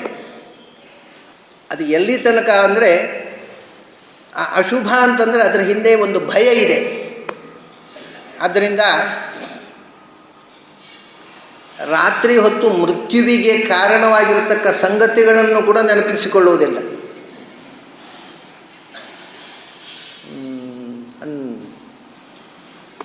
ನೀವು ನಮ್ಮ ಕಡೆ ಇಲ್ಲಿ ಏನು ಹೇಳ್ತಾರೆ ಗೊತ್ತಿಲ್ಲ. ನಮ್ಮ ಕಡೆ ಈ ರಾತ್ರಿ ಹೊತ್ತು ನಾಗರಹಾವು ಅಂತ ಹೇಳೋಲ್ಲ, ಮತ್ತು ಒಳ್ಳೇದು ಬಂತು ಅಂತ. ಅದಕ್ಕೆ ಶುಭ ಶುಭ ಅಲ್ಲ, ಅದು ಅಶುಭ. ಆದರೆ ಬಾಯಲ್ಲಿ ಅದು ಶುಭ ಹೇಳೋ, ಒಳ್ಳೇದು ಬಂತು, ನಿನ್ನೆ ನಮ್ಮ ತೋಟದಲ್ಲೇ ಒಳ್ಳೇದು ಬಂದು ಹೋಯಿತು ಅಂತ. ಒಳ್ಳೇದು ಬರೋದಂದರೆ ನಾಗರಹಾವು ಹೇಳಲಿಕ್ಕೆ ಭಯ, ಯಾಕಂದರೆ ಅದು ಸಾವಿಗೆ ಸಂಕೇತ ಆಗಿದೆ. ಆಮೇಲೆ ದೀಪ ಆರುವುದು ಅನ್ನೋದು ಡೆತ್ತಿಗೆ ಸಂಕೇತ ಅಲ್ಲ. ವೆಸ್ಟರ್ನ್ ಕಂಟ್ರಿ ಪ್ರಕಾರ ಅದು ಹುಟ್ಟಿಗೆ ಸಂಕೇತ ಆಗ್ಬೋದು. ಅವರು ದೀಪ ಆರಿಸೋದು ಹುಟ್ಟಿದ ಬರ್ತಡೇ ದಿವಸ. ಪಾಪ ನಮ್ಮಲ್ಲಿ ಸಾವಿಗೆ ಸಂಕೇತ ಅಂತ ಒಂದೊಂದು ಭಯ. ಅದಕ್ಕೆ ದೀಪ ಆರಿಸು ಅಂತ ಹೇಳೋಲ್ಲ ನಮ್ಮ ಕಡೆ ಹೆಣ್ಮಕ್ಳು. ಮತ್ತು ದೀಪ ಹೆಚ್ಚಿಸು ಅಂತ. ದೀಪ ಹೆಚ್ಚಿಸುವುದು ಆರಿಸುವುದು ಅಂತ ಅರ್ಥ. ಅದು ಹೇಳುವಾಗ ಆರಿಸುವುದು ಅಂತ ಹೇಳಬಾರ್ದು. ಭಯ ಇದೆಲ್ಲ. It's A fear of death. ಸಾವು ಅನ್ನೋದನ್ನು ಇಷ್ಟು ಅಶುಭ ಅಂತ ಶಬ್ದದಲ್ಲಿ ಕೂಡ ಬರಬಾರ್ದು. ಅಮಂಗಳ ಅದು ಹೋಗಲಿ. ಅಮಂಗಳ ಅಂತಂದಾಗ ನೆನಪಾಯ್ತು ನನಗೆ. ನಾವು ಮಂಗಳವಾರ ಉಂಟಲ್ವ, ಅದು ಅಮಂಗಳ ಅಲ್ವಾ. ಮಂಗಳವಾರ ಏನು ಕೆಲಸ ಮಾಡಬಾರ್ದು, ಅದನ್ನು ಅಮಂಗಳ ಅಂತ ಹೇಳಬಾರ್ದು ಅಂತ ಅದಕ್ಕೆ ಮಂಗಳವಾರ ಅಂತ ಹೇಳೋದು. ಆದರೆ ಅವತ್ತು ಮಂಗಳ ಅಲ್ಲ ಅದು. ಏನು ಕೆಲಸ ಮಾಡಿದರೆ ಮಂಗಳವಾರವಾಗಿ ಮಾಡಿದೆಯೋ ಅಂತಾರೆ. ಮತ್ತು ಅದು ಮಂಗಳ ಅಲ್ವಾ, ಅದಕ್ಕೆ ಹೆಸರು ಮಂಗಳ, ಅದು ನಿಜವಾದ ಮಂಗಳ. ಅಂದರೆ ಅಮಂಗಳವನ್ನು ಮಂಗಳ ಅಂತ ಹೇಳೋದು. ಇದೆಲ್ಲವೂ ಕೆಟ್ಟದ್ದನ್ನು ಬಾಯಲ್ಲೂ ಹೇಳಲಿಕ್ಕೆ ಭಯ. ಶುಭ ಕೃಷ್ಣ ಹೇಳಿದ, ಯಾವುದು ಶುಭ ಯಾವುದು ಶುಭ? ಮಗು ಹುಟ್ಟಿತು ಅಲ್ಲ, ಒಂದು ಸಂಗತಿ, ಒಂಚೂರು ಚೇಂಜ್ ಮಾಡುವ ಕಾನ್ಸೆಪ್ಟ್. ಇನ್ನೊಂದು ಮಗು ಹುಟ್ಟಿತಲ್ವ, ಮಗು ಹುಟ್ಟಿದ ಕೂಡಲೇ ಮನೇಲಿ ಅಳ್ತಾ ಕೂತ್ಕೊಳ್ಳೋದು. ಅವ್ರು ಬೇರೆ ಮನೆಯವರು ತಂದು ಸ್ವೀಟ್ ತಂದು ಕೊಡಬೇಕು ನಮಗೆ, ನಾವು ಕೊಡೋದು. ಅಳ್ತಾ ಕೂತ್ಕೊಳ್ಳೋದು ಮನೆಯಲ್ಲಿ. ಯಾಕ್ರಿ? ಹೌದು, ಈ ನಮ್ಮ ಮನೇಲಿ ಮಗು ಹುಟ್ಟಿತು, ಅದಕ್ಕೆ ಯಾಕ್ರಿ ಹೇಳ್ತೀರಿ? ಹೌದು, ನಾವಿಬ್ಬರೇ ಸಾಯೋ ಮೆಂಬರ್ ಇದ್ದೇವೆ ಮನೇಲಿ, ಈಗ ಮೂರನೇದೊಂದು ಮೆಂಬರ್ ಬಂತು ಸಾಯೋ ಮೆಂಬರು. ಓ ಹೌದಲ್ಲ, ಹುಟ್ಟುವುದು ಅಂದರೆ ಒಂದು ಸಾಯಲಿಕ್ಕೆ ಒಂದು ಮೆಂಬರ್ ಜಾಸ್ತಿ ಆಗುತ್ತೆ, ಇದು ಸಂತೋಷದ ವಿಷಯವ? So when there is a birth definitely there is a death ಅಲ್ವಾ. ಹಾಗಾದ್ರೆ ಹುಟ್ಟಿತು ಅಂದರೆ, ಒಂದು ಮಗು ಹುಟ್ಟಿತು ಅಂದರೆ ಒಬ್ಬ ಸಾಯೋ ಮೆಂಬರ್ ಜಾಸ್ತಿ ಆದಂಥ ಅರ್ಥ ಅಲ್ವಾ? ಅದು ಸಂತೋಷದ ವಿಷಯವ? ಅಳ್ತಾ ಕೂತ್ಕೊಳ್ಳಿ, ಬೇರೆಯವ್ರೊಂದು ಕೊಡಲಿ ಚಾಕ್ಲೇಟು, ಯಾಕೆ ಸುಮ್ಮನೆ ವೇಸ್ಟ್ ಮಾಡ್ತೀರಿ ನಿಮ್ಮ ಸ್ವೀಟು? ಅವು ಇಲ್ಲ ಅಳಿಬಿಡಪ್ಪ, ಏನು ಮಾಡೋದು, ಇನ್ನೊಂದು ಸಾಯೋದು ಬರಲಿ ನಿಮ್ಮ ಮನೆಗೆ ಅಂತ ಒಂದು ಕೊಟ್ಟು ಹೋಗಲಿ ಅವರು. ಒಬ್ಬ ಸತ್ತ, ಸ್ವೀಟ್ ಹಂಚಿರಿ ಅಲ್ಲ, ಹುಚ್ಚ ಅಂತ ಹೇಳೋಲ್ವಾ? ಸತ್ತ ಆಗ ಸ್ವೀಟ್ ಹಂಚಿದ್ರೆ ಅಲ್ಲ, ಹುಚ್ಚ ಏನು? ಸ್ವೀಟ್ ಹಂಚಿದರೆ ಯಾಕೆ ಹಂಚೋದು ಗೊತ್ತಾ? ಪಾಪ ಅವರು ಮುದುಕ ಆಗಿದ್ದರು, ಅವರಿಗೆ ಅಂಗಿ ಎಲ್ಲ ಹರಿದೋಗಿತ್ತು, ಹಳೆ ಅಂಗಿ ಹಾಕ್ಕೊಂಡಿದ್ರು, ಈಗ ಹೊಸ ಅಂಗಿ ಬರುತ್ತೆ, ಇನ್ನೊಂದು ಜನ್ಮ ಬರೋದು ಹೊಸ ಅಂಗಿ ಬರೋದಲ್ವ, ವಾಸಾಂಸಿ ಜೀರ್ಣಾನೆ. ಅದರಿಂದ ಹಳೆ ಅಂಗಿ ಕಳೆದುಕೊಂಡು ಹೊಸ ಅಂಗಿ ತೊಡ್ಲಿಕ್ಕೆ ಹೋದರು, ಸಂತೋಷ ಅಲ್ವಾ ಇದು? ಸೊ ನೀವು ಡೆತ್ತಿನಲ್ಲಿ ಮುಂದಿನ ಬರ್ತನ್ನು ಯೋಚನೆ ಮಾಡಿದರೆ ಇಟ್ಸ್ ಎ ಪ್ಲೆಸೆಂಟ್ ಥಿಂಗ್. ಬರ್ತಿನಲ್ಲಿ ಮುಂದಿನ ಡೆತ್ತನ್ನು ಯೋಚನೆ ಮಾಡಿದರೆ ಇಟ್ ಇಸ್ ಸೀರಿಯಸ್. ಅದ್ರ ಬಗ್ಗೆ ಹಾಗಾಗಿ ಯಾವುದನ್ನು ನಾವು ಕನ್ಸೀವ್ ಮಾಡ್ತೇವೆ ಅನ್ನೋದರಿಂದ ಅಲ್ವ ಶುಭ ಅಶುಭ. ಹುಟ್ಟುವುದು ಅಶುಭ ಅಲ್ವಾ, ಸಾಯುವುದು ಶುಭ ಯಾಕೆ ಆಗಬಾರದು? ಕೃಷ್ಣ ಈ ಪ್ರಶ್ನೆ ನಮ್ಮ ಮುಂದೆ ಹಾಕ್ತಾನೆ. ಆದ್ದರಿಂದ ಶುಭಾಶುಭ ಪರಿತ್ಯಾಗಿ, ಹುಟ್ಟಿತು ಅಂತ ಮಂಗಳ ಕಾರ್ಯ ಅಲ್ಲ, ಒಬ್ಬ ಸಾಯೋ ಜಾಸ್ತಿ ಆದಂತ ಅಷ್ಟೇ, ಏನು ದೊಡ್ಡ ಸಂಗತಿ ಅಲ್ಲ ಹುಟ್ಟುವುದು. ಸತ್ತ ಅಂತ ದುರಂತ ಅಲ್ಲ, ಯಾಕೆಂದರೆ ಪ್ರತಿಯೊಬ್ಬರು ಸಾಯಬೇಕು, ಯಾವಾಗ ಸಾಯಬೇಕು ಆವಾಗ ಸತ್ತೇ ಸಾಯ್ತಾರೆ, ಅದು ದುರಂತ. ಅದರಿಂದ ಇದೇ ಹುಟ್ಟು ಸಾವುಗಳ ಬಗ್ಗೆ, ಲಾಭ ನಷ್ಟಗಳ ಬಗ್ಗೆ ತಲೆ ಕೆಡಿಸಿಕೊಳ್ಳದೆ ಶುಭಾಶುಭ ಪರಿತ್ಯಾಗಿ. ಇದು ಬಹಳ ರೋಚಕವಾಗಿ ಕೃಷ್ಣ ಒಂದೊಂದು ವಿಷಯವನ್ನು ತುಂಬ ಆಳಕ್ಕೆ ಕರ್ಕೊಂಡು ಹೋಗಿ ಅಲ್ಲಿ ಯೋಚನೆ ಮಾಡುವಂಥ, ಇನ್ನೊಂದು ಆಯಾಮದಲ್ಲಿ ಯೋಚನೆ ಮಾಡುವುದು. ಆಗ ನೀನು ಏನು ಶುಭ ಅಂತ ತಿಳ್ಕೊಂಡಿದ್ದೀಯೋ ಅದು ಶುಭವೇ ಅಲ್ಲ, ಅದರಲ್ಲಿ ಅಶುಭವೂ ಇದೆ. ಅಶುಭ ಅಂತ ತಿಳ್ಕೊಂಡಿದ್ದೆಲ್ಲ ಅದು ಶುಭವೂ ಇದೆ. ಹಾಗಾಗಿ ಎಲ್ಲವೂ ಕೂಡ ನೋಡಿ, ಒಂದು ಶುಭವೇ ಅಶುಭವಾಗಿ ಬಿಡುತ್ತೆ. ಶುಭವನ್ನು ಅಶುಭದಂತೆ ಕಾಣ್ತಾನೆ ಅವ, ಶುಭಂ ಅಶುಭವತ್ ಪಶ್ಯನ್ ಪರಿತ್ಯಜತಿ. ಮತ್ತೊಂದು ಶುಭವೇ ಅಲ್ಲ, ಶುಭಂ ಅಶುಭಮಪಿ, ಅಶುಭಂ ಶುಭಮಪಿ. ಅದರಿಂದ ಏನಾಯಿತು, ಜಗತ್ತಿನಲ್ಲಿರುವ ಪ್ರತಿಯೊಂದೂ ಕೂಡ ಬರೀ ಶುಭ ಅಲ್ಲ, ಶುಭಾಶುಭ. ಅದರಲ್ಲಿ ಒಳ್ಳೆಯದು ಉಂಟು, ಕೆಟ್ಟದ್ದು ಉಂಟು, ಬರೀ ಒಳ್ಳೆಯದಿದ್ದದ್ದು ಒಂದು ಸಂಗತಿಯೇ ಇಲ್ಲ. ಕೃಷ್ಣ ಏನು ಹೇಳ್ತಾನೆ, ಸರ್ವಾರಂಭಾ ಹಿ ದೋಷೇಣ ಧೂಮೇನಾಗ್ನಿರಿವಾವೃತಾ ಹೇಳಿಬಿಟ್ಟಿದ್ದಾನೆ. ಇಲ್ಲಿ ಆರಂಭ ಪರಿತ್ಯಾಗಿ, ಯಾಕೆಂದರೆ ಎಲ್ಲ ಆರಂಭಗಳಲ್ಲಿಯೂ ಶುಭಾಶುಭ ಉಂಟು ಅಂತ. ನಿಮಗೆ ಈಗ ಬೆಂಕಿ ಹಚ್ಚಿದರೆ, ಬೆಂಕಿ ಹಚ್ಚಿದರೆ ಹೊಗೆ ಉಂಟು, ಬೆಂಕಿ ಶುಭ, ಹೊಗೆ ಅಶುಭ. ಅಂದ ಎಲ್ಲ ಕಡೆ ಬೆಂಕಿಗೆ ಹೊಗೆ ಇದ್ದ ಹಾಗೆ ಎಲ್ಲ ಕಡೆಯೂ ಒಳ್ಳೆಯದರ ಜೊತೆಗೆ ಒಂದು ಕೆಟ್ಟದ್ದಿದೆ, ಶುಭದ ಜೊತೆಗೆ ಅಶುಭ ಇದೆ, ಗುಣದ ಜೊತೆಗೆ ದೋಷ ಇದೆ. ಬೆಂಕಿ ಬೇಕು ಅಂದರೆ ಹೊಗೆ ಬೇಕು, ಹೊಗೆ ಬೇಡ ಮನೆ ಬೆಂಕಿ ಆಗೋಲ್ಲ. ಆದ್ದರಿಂದ ಅವರು ಹೇಳಿದರು, ಎಲ್ಲ ಜಗತ್ತಿನಲ್ಲಿರೋ ಎಲ್ಲ ಶುಭಗಳು ಕೂಡ ಇನ್ನೊಂದು ಮಗ್ಗಲು ಅಶುಭ. ಆದ್ದರಿಂದ ನಮಗೆ ಆ ಶುಭ ಮತ್ತು ಅಶುಭ, ಶುಭ ಪ್ಲಸ್ ಅಶುಭ ಎರಡು ಒಟ್ಟಿಗೆ ಇರುವುದು ಬೇಡ, ಮತ್ತು ಕೇವಲ ಶುಭ ಬೇಕು. ಅದ್ಯಾವುದು? ಜ್ಞಾನಭೂತಿ ವೈರಾಗ್ಯ ಮಾತ್ರ, ಅದರಲ್ಲಿ ಅಶುಭದ ಸ್ಪರ್ಶವೇ ಇಲ್ಲ. ಆದ್ದರಿಂದ ನಮಗೆ ಶುಭದಂತೆ ಕಾಣುವ ಅಶುಭವನ್ನು ಬಿಟ್ಟೆವು ನಾವು. ಶುಭದಂತೆ ಕಾಣುವ ಅಶುಭ ಒಂದೇ ಅಲ್ಲ, ಯಾವ ಶುಭವೂ ಪ್ರಪಂಚದಲ್ಲಿರುವುದು ಬರೇ ಶುಭ ಅಲ್ಲ, ಅದು ಶುಭಾಶುಭ ಎರಡೂ ಮಗ್ಗಲುಗಳು. ಆದ್ದರಿಂದ ಅದೆಲ್ಲವನ್ನು ಬಿಟ್ಟು ಕೇವಲ ಭಗವಂತನ ಅರಿವು, ಭಕ್ತಿ, ವೈರಾಗ್ಯ ಅನ್ನುವ ಶುಭವನ್ನು ಮಾತ್ರ ಬಯಸುವವನು ಶುಭಾಶುಭ ಪರಿತ್ಯಾಗಿ. ಈ ತ್ಯಾಗ ಅನ್ನೋದು ಕೆಲವೊಮ್ಮೆ ನಮ್ಮಲ್ಲಿ, ತ್ಯಾಗ ಅಂದರೆ ಅಭಾವ ವೈರಾಗ್ಯ ಅಂತ ಒಂದಿರುತ್ತೆ, ಒಂದು ಕೆಲವು 4 ದಿವಸ ಇರುತ್ತೆ. ಅದು ಪೂರ್ತಿ ಕಿಸೆ ಖಾಲಿ ಆದಾಗ ಏನೂ ಬೇಡ ಸ್ವಾಮಿ, ಏನೂ ಬೇಡ ಅಂದರೆ ಏನೂ ಬೇಡ. ಆಮೇಲೆ ಯಾರಾದರೂ ಒಂದು 100 ರೂಪಾಯಿ ದಕ್ಷಿಣ ಕೊಟ್ಟುಕೊಳ್ಳಿ, ಮರುದಿವಸ ಅದು ಹೊರಟೋಗ್ಬಿಡುತ್ತೆ ವೈರಾಗ್ಯ. ಅದಕ್ಕೆ ಪರಿತ್ಯಾಗಿ ಅಂತ. ಪರಿತ್ಯಾಗಿ ಅಂದರೆ totally you must reject this, ಎಲ್ಲೋ ಒಂದು 2 ದಿವಸ ಟೆಂಪರರಿ ಫೀಲಿಂಗ್ ಅಲ್ಲ ಇದು ನಿನ್ನ ಲೈಫ್ ಮಿಷನ್ ಆಗಬೇಕು. ಶುಭಾಶುಭ ಪರಿತ್ಯಾಗ ಅಂದರೆ ಸಮಸ್ಯೆನ ಪೂರ್ಣವಾಗಿ ಪರಿಪೂರ್ಣವಾಗಿ ತ್ಯಾಗ ಮಾಡೋದಕ್ಕೆ ಪರಿತ್ಯಾಗ ಅಂತಾರೆ. ಚೂರು ಚೂರು ಬಿಡುವುದಲ್ಲ. ಶುಭಾಶುಭ ಪರಿತ್ಯಾಗಿ. ಇದರ ಜೊತೆಗೆ ಒಂದನ್ನು ಹೇಳಲಿಕ್ಕೆ ಮರೆಯುವುದಲ್ಲ ಕೃಷ್ಣ, ಭಕ್ತಿಮಾನ್ ಯಃ ಸಮೇ. ಅದರ ಜೊತೆಗೆ ಯಾಕೆಂದರೆ ಶುಭಾಶುಭ ಪರಿತ್ಯಾಗಿ ಅಂದರೆ ಜ್ಞಾನ ಭಕ್ತಿ ಬೇಕು ಅಂತ ಹೇಳುವ. ಅದರಿಂದ ಇದರಲ್ಲಿ ಅನಿವಾರ್ಯವಾಗಿ ಸೇರಲೇಬೇಕಾದಂಥ ಸಂಗತಿ ಯಾವುದು ಅಂದರೆ ಮುಖ್ಯ ಭಕ್ತಿ. ಯಾಕೆಂದರೆ ನನ್ನ ಜ್ಞಾನ ವೈರಾಗ್ಯ ಭಕ್ತಿ ಅನ್ನುವುದು ಬಹಳ ಮುಖ್ಯವಾದ ವಸ್ತು. ಅದರ ಆಚೆ ಈಚೆ 2 ರೆಕ್ಕೆಗಳಿದ್ದ ಹಾಗೆ ಜ್ಞಾನ ಮತ್ತು ವೈರಾಗ್ಯ. ಭಕ್ತಿ ಅನ್ನೋದು ಭಗವಂತನ ಎಡೆಗೆ ನಮ್ಮನ್ನು ಕರ್ಕೊಂಡು ಹೋಗುವಂಥದ್ದು, ಎತ್ತರಕ್ಕೆ ಏರುವ ಹಕ್ಕಿ ಅಂತ ಇಟ್ಕೊಳ್ಳಿ. ಭಕ್ತಿ ಅನ್ನೋದು ನಮ್ಮನ್ನು ಎತ್ತರಕ್ಕೆ ಕರ್ಕೊಂಡು ಹೋಗ್ತಕ್ಕಂಥದ್ದು. ಆ ಭಕ್ತಿ ಎನ್ನುವ ಪಕ್ಷಿಯಲ್ಲಿ ಕೂತು ನಾವು ಗರುಡ ವಾಹನರಾಗಿ ಮೇಲಕ್ಕೆ ಹೋಗಬೇಕು. ಅದು ರೆಕ್ಕೆ ಮುರಿದೋದ್ರೆ ಸಂಪಾತಿ ಹಾಗೆ, ಸಂಪಾತಿ ರೆಕ್ಕೆ ಹಾಗೆ ಆಗಬಾರದು, ರೆಕ್ಕೆ ಇರಬೇಕು. ಅದೇ ಜ್ಞಾನ ಮತ್ತು ವೈರಾಗ್ಯ. ಭಕ್ತಿ ಮೇಲಕ್ಕೆ ಹೋಗಬೇಕಾಗಿದ್ದರೆ ಜ್ಞಾನ ಇರಬೇಕು. ಜ್ಞಾನ ಇಲ್ಲದ ಭಕ್ತಿ ಮೂಢ ಭಕ್ತಿ, ಅದು ಮೇಲೆ ಕರ್ಕೊಂಡು ಹೋಗೋಲ್ಲ. ಅಂದರೆ ಜ್ಞಾನಪೂರ್ವಕವಾದ ಭಕ್ತಿ ಬೇಕು. ಅದನ್ನ ಒಂದು ರೆಕ್ಕೆ ಜ್ಞಾನ ಆಯಿತು. ಆಮೇಲೆ ಜ್ಞಾನ ಬಂದ ಮೇಲೆ ಅದು ದೊಡ್ಡದು ಅಂತ ಗೊತ್ತಾದಾಗ ಇದು ಚಿಕ್ಕದು ಅಂತ ಗೊತ್ತಾಗಬೇಕಲ್ವ. ಇದೇ ಸರ್ವಸ್ವಂತದಲ್ಲಿ ಬಿದ್ದುಕೊಂಡು ಈ ರೆಕ್ಕೆ ಬಲಿಯುತ್ತೆ. ಜ್ಞಾನ ಭಗವಂತನ ಮಹಾತ್ಮ್ಯದ ಜ್ಞಾನ ಬಂದಾಗ ಪ್ರಪಂಚದ ಲಿಮಿಟೇಷನ್ಸ್ನ ಜ್ಞಾನವೂ ಬರಬೇಕಲ್ಲ. ಅದೇ ವೈರಾಗ್ಯ. ವೈರಾಗ್ಯ ಅಂದರೆ ಪ್ರಪಂಚದ ಲಿಮಿಟೇಷನ್, ಇದರ ಮಹತ್ವ ಎಷ್ಟು, ಇದರ ಸ್ಥಾನ ಏನು ಗೊತ್ತಾದಾಗ ಇದನ್ನು ಹುಚ್ಚುಕಟ್ಟುವ ಪ್ರಶ್ನೆ ಇಲ್ಲ. ಆದ್ದರಿಂದ ಶುಭಾಶುಭ ಪರಿತ್ಯಾಗಿ ಭಕ್ತಿಮಾನ್ ಯಃ ಸಮೇ ಪ್ರಿಯ. ಇಂಥವ್ರು ಯಾರಾದರೂ ಇದ್ದರೆ ನನಗೆ ಭಾರೀ ಇಷ್ಟ ಅಂತಾನೆ ಕೃಷ್ಣ. ಆಮೇಲೆ ಇನ್ನೂ 3 ಶ್ಲೋಕ ಇದೆ. ಅದು 2 ಶ್ಲೋಕದಲ್ಲಿ ಬರೇ ಸಾಧಕನಲ್ಲಿ ಇರಬೇಕಾದ ಗುಣಗಳನ್ನು ಹೇಳ್ತಾರೆ. ಏನು ಅಂದರೆ ಸಮಶತ್ರೌ ಚ ಮಿತ್ರೇ ಚ ತಥಾ ಮಾನಾಪಮಾನಯೋ ಶೀತೋಷ್ಣ ಸುಖ ದುಃಖೇಶು ಅಸಂಗ ನಿಸ್ಸಂಗ. ಈಗ ಸಮಃ ಶತ್ರೌ ಚ ಮಿತ್ರೇ ಚ, ಇದನ್ನು ಹಿಂದೆ ಸುಖ ದುಃಖಗಳಲ್ಲಿ ಸಮಾನ, ಆಮೇಲೆ ರಾಗದ್ವೇಷಗಳನ್ನು ಸಮಾನವಾಗಿ ಯಾರಲ್ಲೂ ಸರ್ವತ್ರ ಸಮದೃಷ್ಟೇ ಈ ಮಾತುಗಳೆಲ್ಲ ಬಂದಿದೆ. ಅದನ್ನು ಮತ್ತೆ ವಿಶೇಷವಾಗಿ ಹೇಳ್ತಾನೆ ಕೃಷ್ಣ ಇಲ್ಲಿ. ಸಮಃ ಶತ್ರೌ ಚ ಮಿತ್ರೇ ಚ ತಥಾ ಮಾನಾಪಮಾನಯೋ ಶೀತೋಷ್ಣ ಸುಖ ದುಃಖೇಶು ಸಮಃ ಸಂಗವಿವರ್ಜಿತ. ಶತ್ರುವಿನಲ್ಲಿಯೂ ಮಿತ್ರನಲ್ಲಿಯೂ ಸಮಾನವಾಗಿರುವುದು ಅಂದರೆ ಏನು? ಇದರಲ್ಲಿ ಅನೇಕ ವಿಷಯಗಳಿವೆ. ಶತ್ರು ಮತ್ತು ಮಿತ್ರ ಅಂತಕ್ಕಂಥ ಭಾವನೆಯನ್ನು ಒಬ್ಬ ವ್ಯಕ್ತಿ,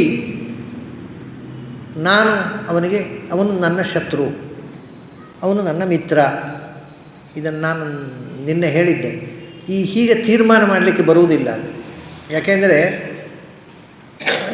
ಇವತ್ತು ಮಿತ್ರ ಆಗಿದ್ದವ್ರು ನಾಳೆ ಶತ್ರುಗಳಾಗ್ತಾರೆ, ಅಥವಾ ಇವತ್ತು ಶತ್ರುಗಳಾಗಿದ್ದವ್ರು ನಾಳೆ ಮಿತ್ರರಾಗ್ತಾರೆ. ನಾವು ಒಂದು ಸರ್ಕಾರ ಮಾಡಬೇಕು ಅಂತಂದರೆ ನಮ್ಮ ಶತ್ರುಗಳ ಒಟ್ಟಿಗೆ ಸೇರಿದ್ರೆ ನಮಗೆ ಅಧಿಕಾರ ಗದ್ದುಗೆ ಸಿಗುತ್ತೆ ಅಂದರೆ ಕೂಡಲೇ ಮಾಡಿದ್ರೆ ಮಿತ್ರರಾಗಿಬಿಡ್ತೇವೆ. ಬದ್ಧ ವೈರಿಗಳು ನಾವು, ಆದರೆ ಅಧಿಕಾರಕ್ಕೋಸ್ಕರ ಮಿತ್ರರಾಗಿಬಿಡ್ತೇವೆ. ನಮ್ಮಲ್ಲಿ ಒಂದು ಹೊಸ ಗಣಿತ ಉಂಟು, ಅದು ರಾಜಕಾರಣಿಗಳು ಕಂಡುಕೊಂಡ ಗಣಿತ. ಪ್ರಪಂಚದಲ್ಲಿ ಇನ್ನು ಯಾವುದೇ ಶಾಲೆಯಲ್ಲಿ ಆ ಗಣಿತ ಹೇಳಿಕೊಡೋಲ್ಲ. ಅದನ್ನು ರಾಜಕಾರಣಿಗಳು ಅದನ್ನು ಕಂಡುಕೊಂಡರು, ನಮ್ಮ ಜನ ಒಪ್ಪಿಕೊಂಡ್ರು. ಅದು ಆಶ್ಚರ್ಯ. ಏನು ಅಂದರೆ ಇಲೆಕ್ಷನ್ ಆಯಿತು, ಎಲ್ಲರೂ ಸೋತರು, ಯಾರಿಗೂ ಮೆಜಾರಿಟಿ ಬರಲಿಲ್ಲ. 2 ಜನ ಸೋತವರು ಒಟ್ಟಿಗೆ ಸೇರಿದ್ರೆ ನಮಗೆ ಮೆಜಾರಿಟಿ ಬಂದು ಕೂತ್ಬಿಡ್ತಾರೆ. ಹಾಗೆ ಅಂದರೆ ಸೋತವನು ಅಂದರೆ ಫೇಲಾದವನು, ಇವನು ಫೇಲಾದವ, 35 ಮಾರ್ಕ್ ಇಲ್ಲ, ಇವನಿಗೆ 15, ಅವನು ಫೇಲಾದ ಅವನಿಗೆ 15, ಮತ್ತೊಬ್ಬ ಫೇಲಾದವ ಅವನಿಗೆ 5, ನಮ್ಮದು ಒಟ್ಟಿಗೆ 35 ಆಯಿತು, ನಾವು ಪಾಸು ಅಂತ ಮುಂದಿನ ಒಟ್ಟು ಸೇರಿ ಕೂತ್ಬಿಡೋದು ಅಧಿಕಾರದಲ್ಲಿ. ಈ ರೀತಿ ಮರ್ಯಾದೆ ಕೆಟ್ಟ ಗಣಿತ ಇರುವುದು ರಾಜಕೀಯದಲ್ಲಿ ಮಾತ್ರ. 5 ಪೈಸೆಯ ಮರ್ಯಾದೆ ಇದ್ದರೆ ಹೀಗೆ ಮಾಡಲಿಕ್ಕೆ ಬರೋಲ್ಲ. ಆದರೆ ಮರ್ಯಾದೆ ಬಿಟ್ಟರೆ ಏನು ಮಾಡ್ಬೋದು. ಅಂದರೆ ಹಾಗೆ ನಮ್ಮ ಹುಡುಗರು ಶುರು ಮಾಡಿದರೆ 3 ಜನ ಒಟ್ಟಾಗೋದು, ಒಬ್ಬನಿಗೆ 20 ಮಾರ್ಕು, ಒಬ್ಬನಿಗೆ 10 ಮಾರ್ಕು, ಒಬ್ಬನಿಗೆ 5 ಮಾರ್ಕ್, ನಾವು 3 ಜನ ಒಟ್ಟಿಗೆ ಸೇರಿ ಪಾಸು. ನಮ್ಮ 3 ಜನ ಒಟ್ಟಿಗೆ ಫೇಲಾದವನು ಕೂಡಿಸು, ಫೇಲಾದವನು ಕೂಡಿಸು, ಫೇಲಾದವನು ಪಾಸ್ ಆದವನಲ್ವ, ಕೊಡಿ ಜಾಬು ನಮಗೆ. ಯಾಕೆ ಕೊಡೋಲ್ಲ? ರಾಜ ಸಿಂಹಾಸನದಲ್ಲಿ ಕೂತು ಆಳ್ಬೋದಂತ ದೇಶವನ್ನು ಪಾಪ ಜಾಬ್ ಯಾಕೆ ಕೊಡಬಾರ್ದು? ಇದು ಸಮಯ ಸಾಧಕವಾದ ಗಣಿತ. ಆದ್ದರಿಂದ ಅಲ್ಲಿ ನೋಡಿ, ಶತ್ರು ನಮಗೆ ಅಧಿಕಾರ ಸಿಗುತ್ತೆ ಅಂದರೆ ನೀವು ಮಿತ್ರರು ಬರ್ರಿ, ಅಪ್ಕೊಳ್ಳೋಣ ನಿಮ್ಮನ್ನು. ಅದಕ್ಕೆ ಅದರಿಂದ ಯಾವುದು ಶತ್ರು, ಯಾರು ಮಿತ್ರ, ಇದರ ಬಗ್ಗೆ ತೀರ್ಮಾನ ಮಾಡುವವರು ಯಾರು? ಕೆಲವೊಮ್ಮೆ ನಮಗೆ ಎಷ್ಟೋ ಮಂದಿಯ ಅಂತರಂಗವೇ ಗೊತ್ತಿರೋದಿಲ್ಲ. ನಿಮ್ಮನ್ನು ನಾನು ಶತ್ರು ಅಂತ ತಿಳ್ಕೊಂಡಿರ್ತೇನೆ, ನೀವು ಅಂತರಂಗದಲ್ಲಿ ತುಂಬ ಸ್ವಚ್ಛವಾಗಿ ನನ್ನನ್ನು ಪ್ರೀತಿಸ್ತಾ ಇರ್ತೀರಿ. ಅದು ನಿಮ್ಮ ಹೊರನೋಟದಿಂದ ನಾನು ತಪ್ಪರ್ಥ ಮಾಡಿಕೊಳ್ತೇನೆ. ತಪ್ಪರ್ಥ ಮಾಡಿಕೊಂಡು ನಿಮ್ಮನ್ನು ದ್ವೇಷಿಸ್ತೀನಿ. ಯಾರನ್ನೂ ಕೂಡ ಒಳಗಿನ ಅಂತರಂಗದ ಆ ಜೀವದ ಸ್ವಭಾವವನ್ನು ಗುರುತಿಸಲಿಕ್ಕೆ ಸಾಮಾನ್ಯವಾಗಿ ಆಗೋದು ಇನ್ನೊಬ್ಬರದ್ದಲ್ಲ, ನಮ್ಮ ಜೀವ ಸ್ವಭಾವವನ್ನೇ ನಮಗೆ ಗುರುತಿಸಲಿಕ್ಕೆ ಆಗೋದಿಲ್ಲ. ಇನ್ನೊಬ್ಬರದ್ದು ಗುರುತಿಸಲಿಕ್ಕಾಗುತ್ತಾ? ಹಾಗಾದರೆ ಹೇಗೆ ನಿಮ್ಮ ಜೀವ ಸ್ವಭಾವದಿಂದ ನೀವು ನನಗೆ ಶತ್ರುಗಳು ಅಥವಾ ಮಿತ್ರರು ಹೇಗೆ ತೀರ್ಮಾನ ಮಾಡೋದು? ಇದು ಎಲ್ಲವೂ ಎಕ್ಸ್ಟರ್ನಲ್, ವ್ಯಾವಹಾರಿಕವಾಗಿ ನಾವು ಮಾಡತಕ್ಕಂಥ ಅಪ್ರಬುದ್ಧ ತೀರ್ಮಾನಗಳು ಹೊರತು ವಾಸ್ತವಿಕವಾಗಿ ಜೀವದ ಶತ್ರುತ್ವ ಮಿತ್ರತ್ವ ಅನ್ನೋದು ಯಾರಿಗೂ ಗೊತ್ತಿಲ್ಲ. ಆದ್ದರಿಂದ ಈಗ ನಾವು ಅವರು ನನಗೆ ವಿರೋಧಿಗಳು, ಅವರು ನನಗೆ ತುಂಬ ಬೇಕಾದವರು ಅನ್ನೋದು ಯಾವುದರಿಂದ ಅಂದರೆ ಈಗ ತಾತ್ಕಾಲಿಕವಾದ ವ್ಯವಹಾರದಲ್ಲಿ ಅವರು ನಮಗೆ ವಿರೋಧ ನಿಂತಿಲ್ಲ, ಸೆಲೆಕ್ಟ್ ಮಾಡ್ತಾ ಇದ್ದಾರೆ. ಇದು ವ್ಯಾವಹಾರಿಕ. ಇಂಥ ಪ್ರಸಂಗದಲ್ಲಿ ಶಂಕರಾಚಾರ್ಯ ಸಿದ್ಧಾಂತ ಬೇಕು. ವ್ಯಾವಹಾರಿಕ ಸತ್ಯ ಅಂತ ಒಂದಿದೆ. ಅಂದರೆ ಮೇಲು ನೋಟಕ್ಕೆ ಕಾಣೋದು ನಿಜವಾದ ಸತ್ಯ ಅಲ್ಲ. ವ್ಯಾವಹಾರಿಕವಾಗಿ ಅವರು ಮಿತ್ರ, ಆದರೆ ಪಾರಮಾರ್ಥಿಕವಾಗಿ ಮಿತ್ರನೋ ಶತ್ರು ಗೊತ್ತಿಲ್ಲ. ಅದರಿಂದ ಈ ಮೇಲು ನೋಟಕ್ಕೆ ಕಾಣುವಂಥ ಒಂದು ವ್ಯಕ್ತಿತ್ವವನ್ನು ನಾವು ಶತ್ರು ಮಿತ್ರ ಅನ್ನೋದಕ್ಕೆ ಬಳಸ್ತೇವೆ. ಆದರೆ ಒಳಗಿನಿಂದ ಅಂತರಂಗದಿಂದ ಯಾರನ್ನು ಮಿತ್ರ ಅಂತ ತಿಳ್ಕೊಂಡಿದ್ದೇವೆ ಅವರು ಶತ್ರು ಇರ್ಬೋದು, ಯಾರನ್ನು ಶತ್ರು ಅಂತ ತಿಳ್ಕೊಳ್ತೇವೆ ಅವ್ರು ಮಿತ್ರ ಇರ್ಬೋದು. ಎಷ್ಟೋ ಸಂದರ್ಭಗಳಲ್ಲಿ ನಮಗೆ ವಿರೋಧ ಮಾಡುವವರು ನಮಗೆ ಶತ್ರುಗಳಾಗಿ ಕಾಣ್ತಾರೆ. ನಮ್ಮದು ಮಾನದಂಡ ಅಷ್ಟೇ, ನಮ್ಮನ್ನು ವಿರೋಧ ಮಾಡುವವರು, ನಮ್ಮನ್ನು ಟೀಕೆ ಮಾಡುವವರು ಶತ್ರುಗಳು ಅಂತ. ಅವರು ಎಷ್ಟೋ ಸಂದರ್ಭಗಳಲ್ಲಿ ನೋಡಿ, ನಮ್ಮನ್ನು ಟೀಕೆ ಮಾಡುವವರು ಅಥವಾ ನಮ್ಮನ್ನು ವಿರೋಧ ಮಾಡುವವರು ಅವರ ಅಂತರಂಗದಲ್ಲಿ ನಾವು ಮೇಲಕ್ಕೆ ಬರಬೇಕು ಅಂತ ಅನ್ನೋ ಉದ್ದೇಶದಿಂದ ಟೀಕೆ ಮಾಡಬಹುದು. ಟೀಕೆ ಮಾಡುವುದಕ್ಕೆ ಹೊರಟಿದೆ, ತಿದ್ದಿಕೊಂಡು ಮೇಲಕ್ಕೆ ಬರಬೇಕು ಅನ್ನೋ ಉದ್ದೇಶದಿಂದಲೂ ಟೀಕೆ ಮಾಡ್ಬೋದು. ಸುಮ್ಮನೆ ಅಸಹನೆಯಿಂದ ಹೊಟ್ಟೆ ಕಿಚ್ಚಿನಲ್ಲೂ ಟೀಕೆ ಮಾಡ್ಬೋದು. ಅಂದ ಟೀಕೆ ಮಾಡುವವರಿಗೆ ಉದ್ದೇಶ ಏನು ಅಂತ ಗೊತ್ತಿಲ್ಲದೆ ನಮ್ಮ ಟೀಕೆ ಮಾಡೋರನ್ನೆಲ್ಲ ನಮಗೆ ಆಗದವರು ಹೋಗುತ್ತೆ. ಆದರೆ ನಮ್ಮ ಬೆಳವಣಿಗೆಗೆ ಪೂರಕವಾಗಿ ಅವರು ಟೀಕೆ ಮಾಡುವವರಾಗಿದ್ದರೆ,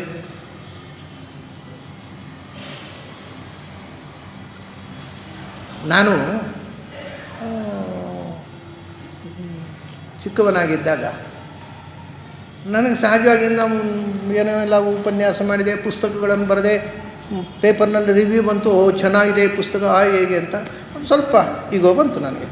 ಪರವಾಗಿಲ್ಲ, ಪೇಪರ್ನವರು ಹೊಗಳ್ತಾರೆ, ಉಪನ್ಯಾಸಕ್ಕೆ ಕರೀತಾರೆ, ಈಗೋ ಬರಲಿಕ್ಕೆ ಶುರುವಾಯಿತು ನನಗೆ ನೋಡಿ. ಆದರೆ ಆ ಈಗೋದ ಮಧ್ಯೆ ನನಗೆ ಒಂದು ಆಸೆ ಇತ್ತು. ಏನು ಅಂದರೆ, ಯಾರು ಹೊಗಳಿದರೂ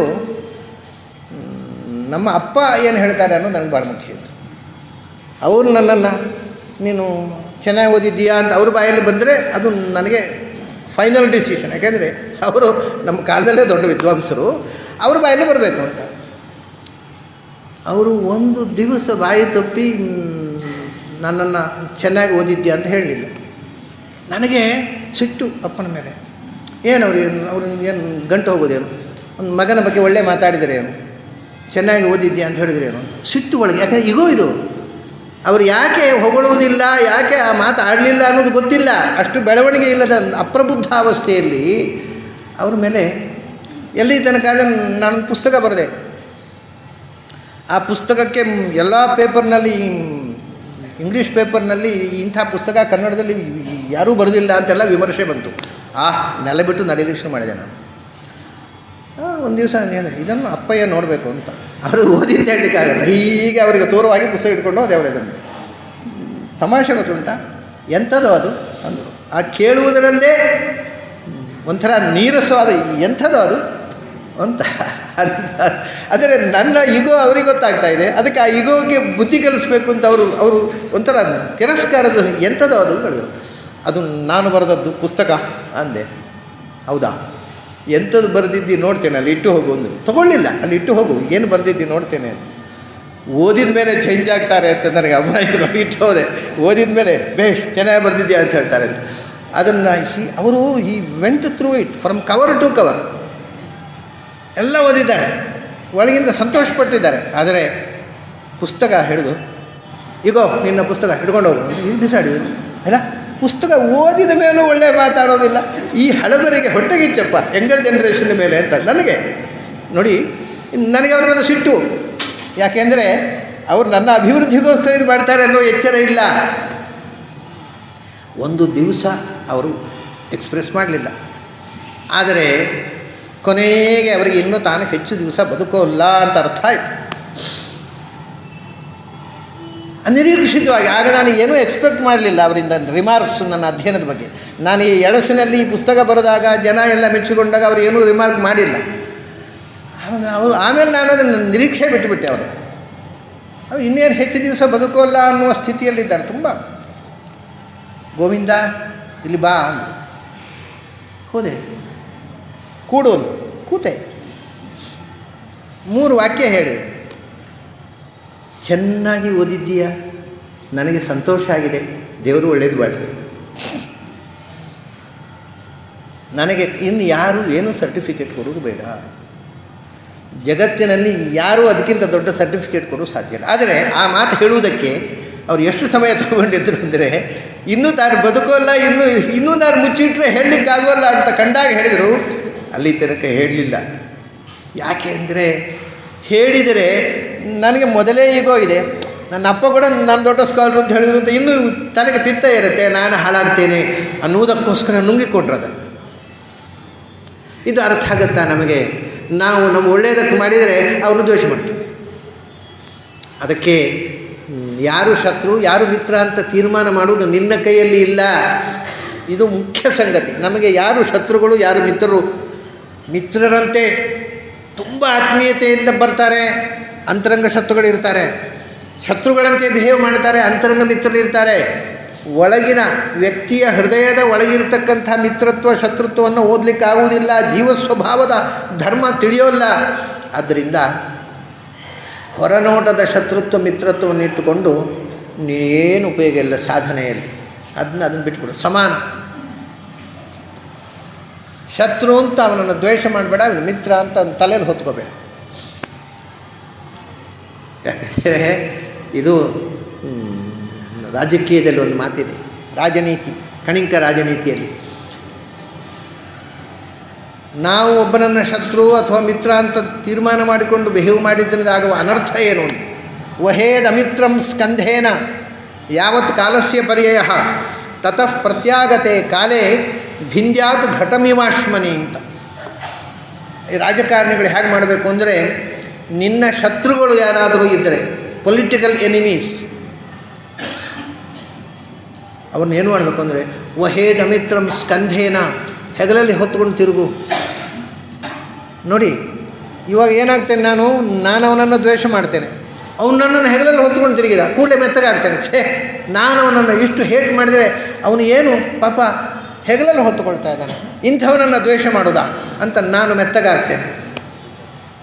ಅವನು ಮೆತ್ತಗಾಗುವ ತನಕವೂ ಹೆಗಲಲ್ಲಿ ಹೊತ್ತುಕೋ.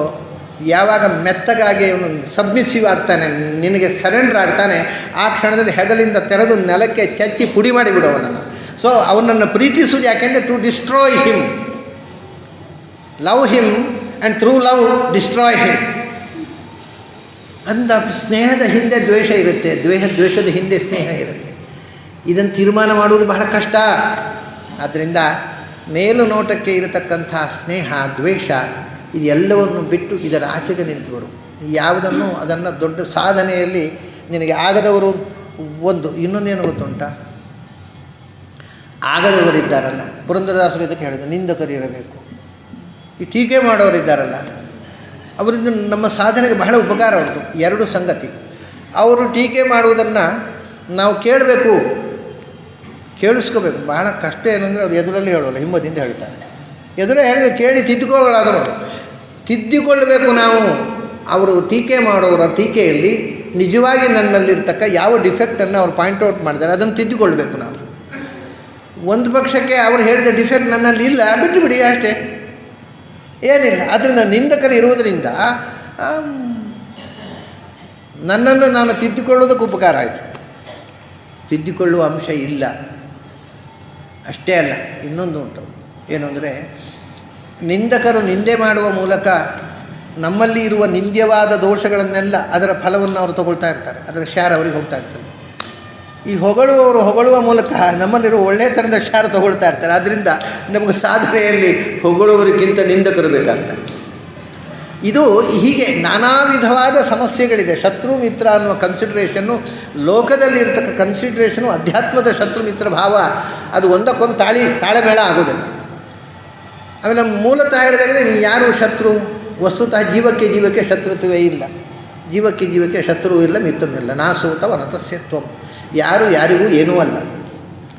ಆದ್ದರಿಂದ ನೀನು ಶತ್ರು ಮಿತ್ರ ಅಂತಕ್ಕಂಥ ಪರಿಭೇದ ಮಾಡಿಕೊಂಡು ಸಮಾಜದಲ್ಲಿ ಯಾರನ್ನು ಟೀಕೆ ಮಾಡೋದು ಅಥವಾ ಅವ್ರ ಬಗ್ಗೆ ದ್ವೇಷ ಬೆಳೆಸಿಕೊಳ್ಳೋದು ಮಾಡಬೇಡ. ಆಮೇಲೆ ಇನ್ನೊಂದು ಸಂಗತಿ ಏನಂದರೆ, ಇದು ಒಂದು.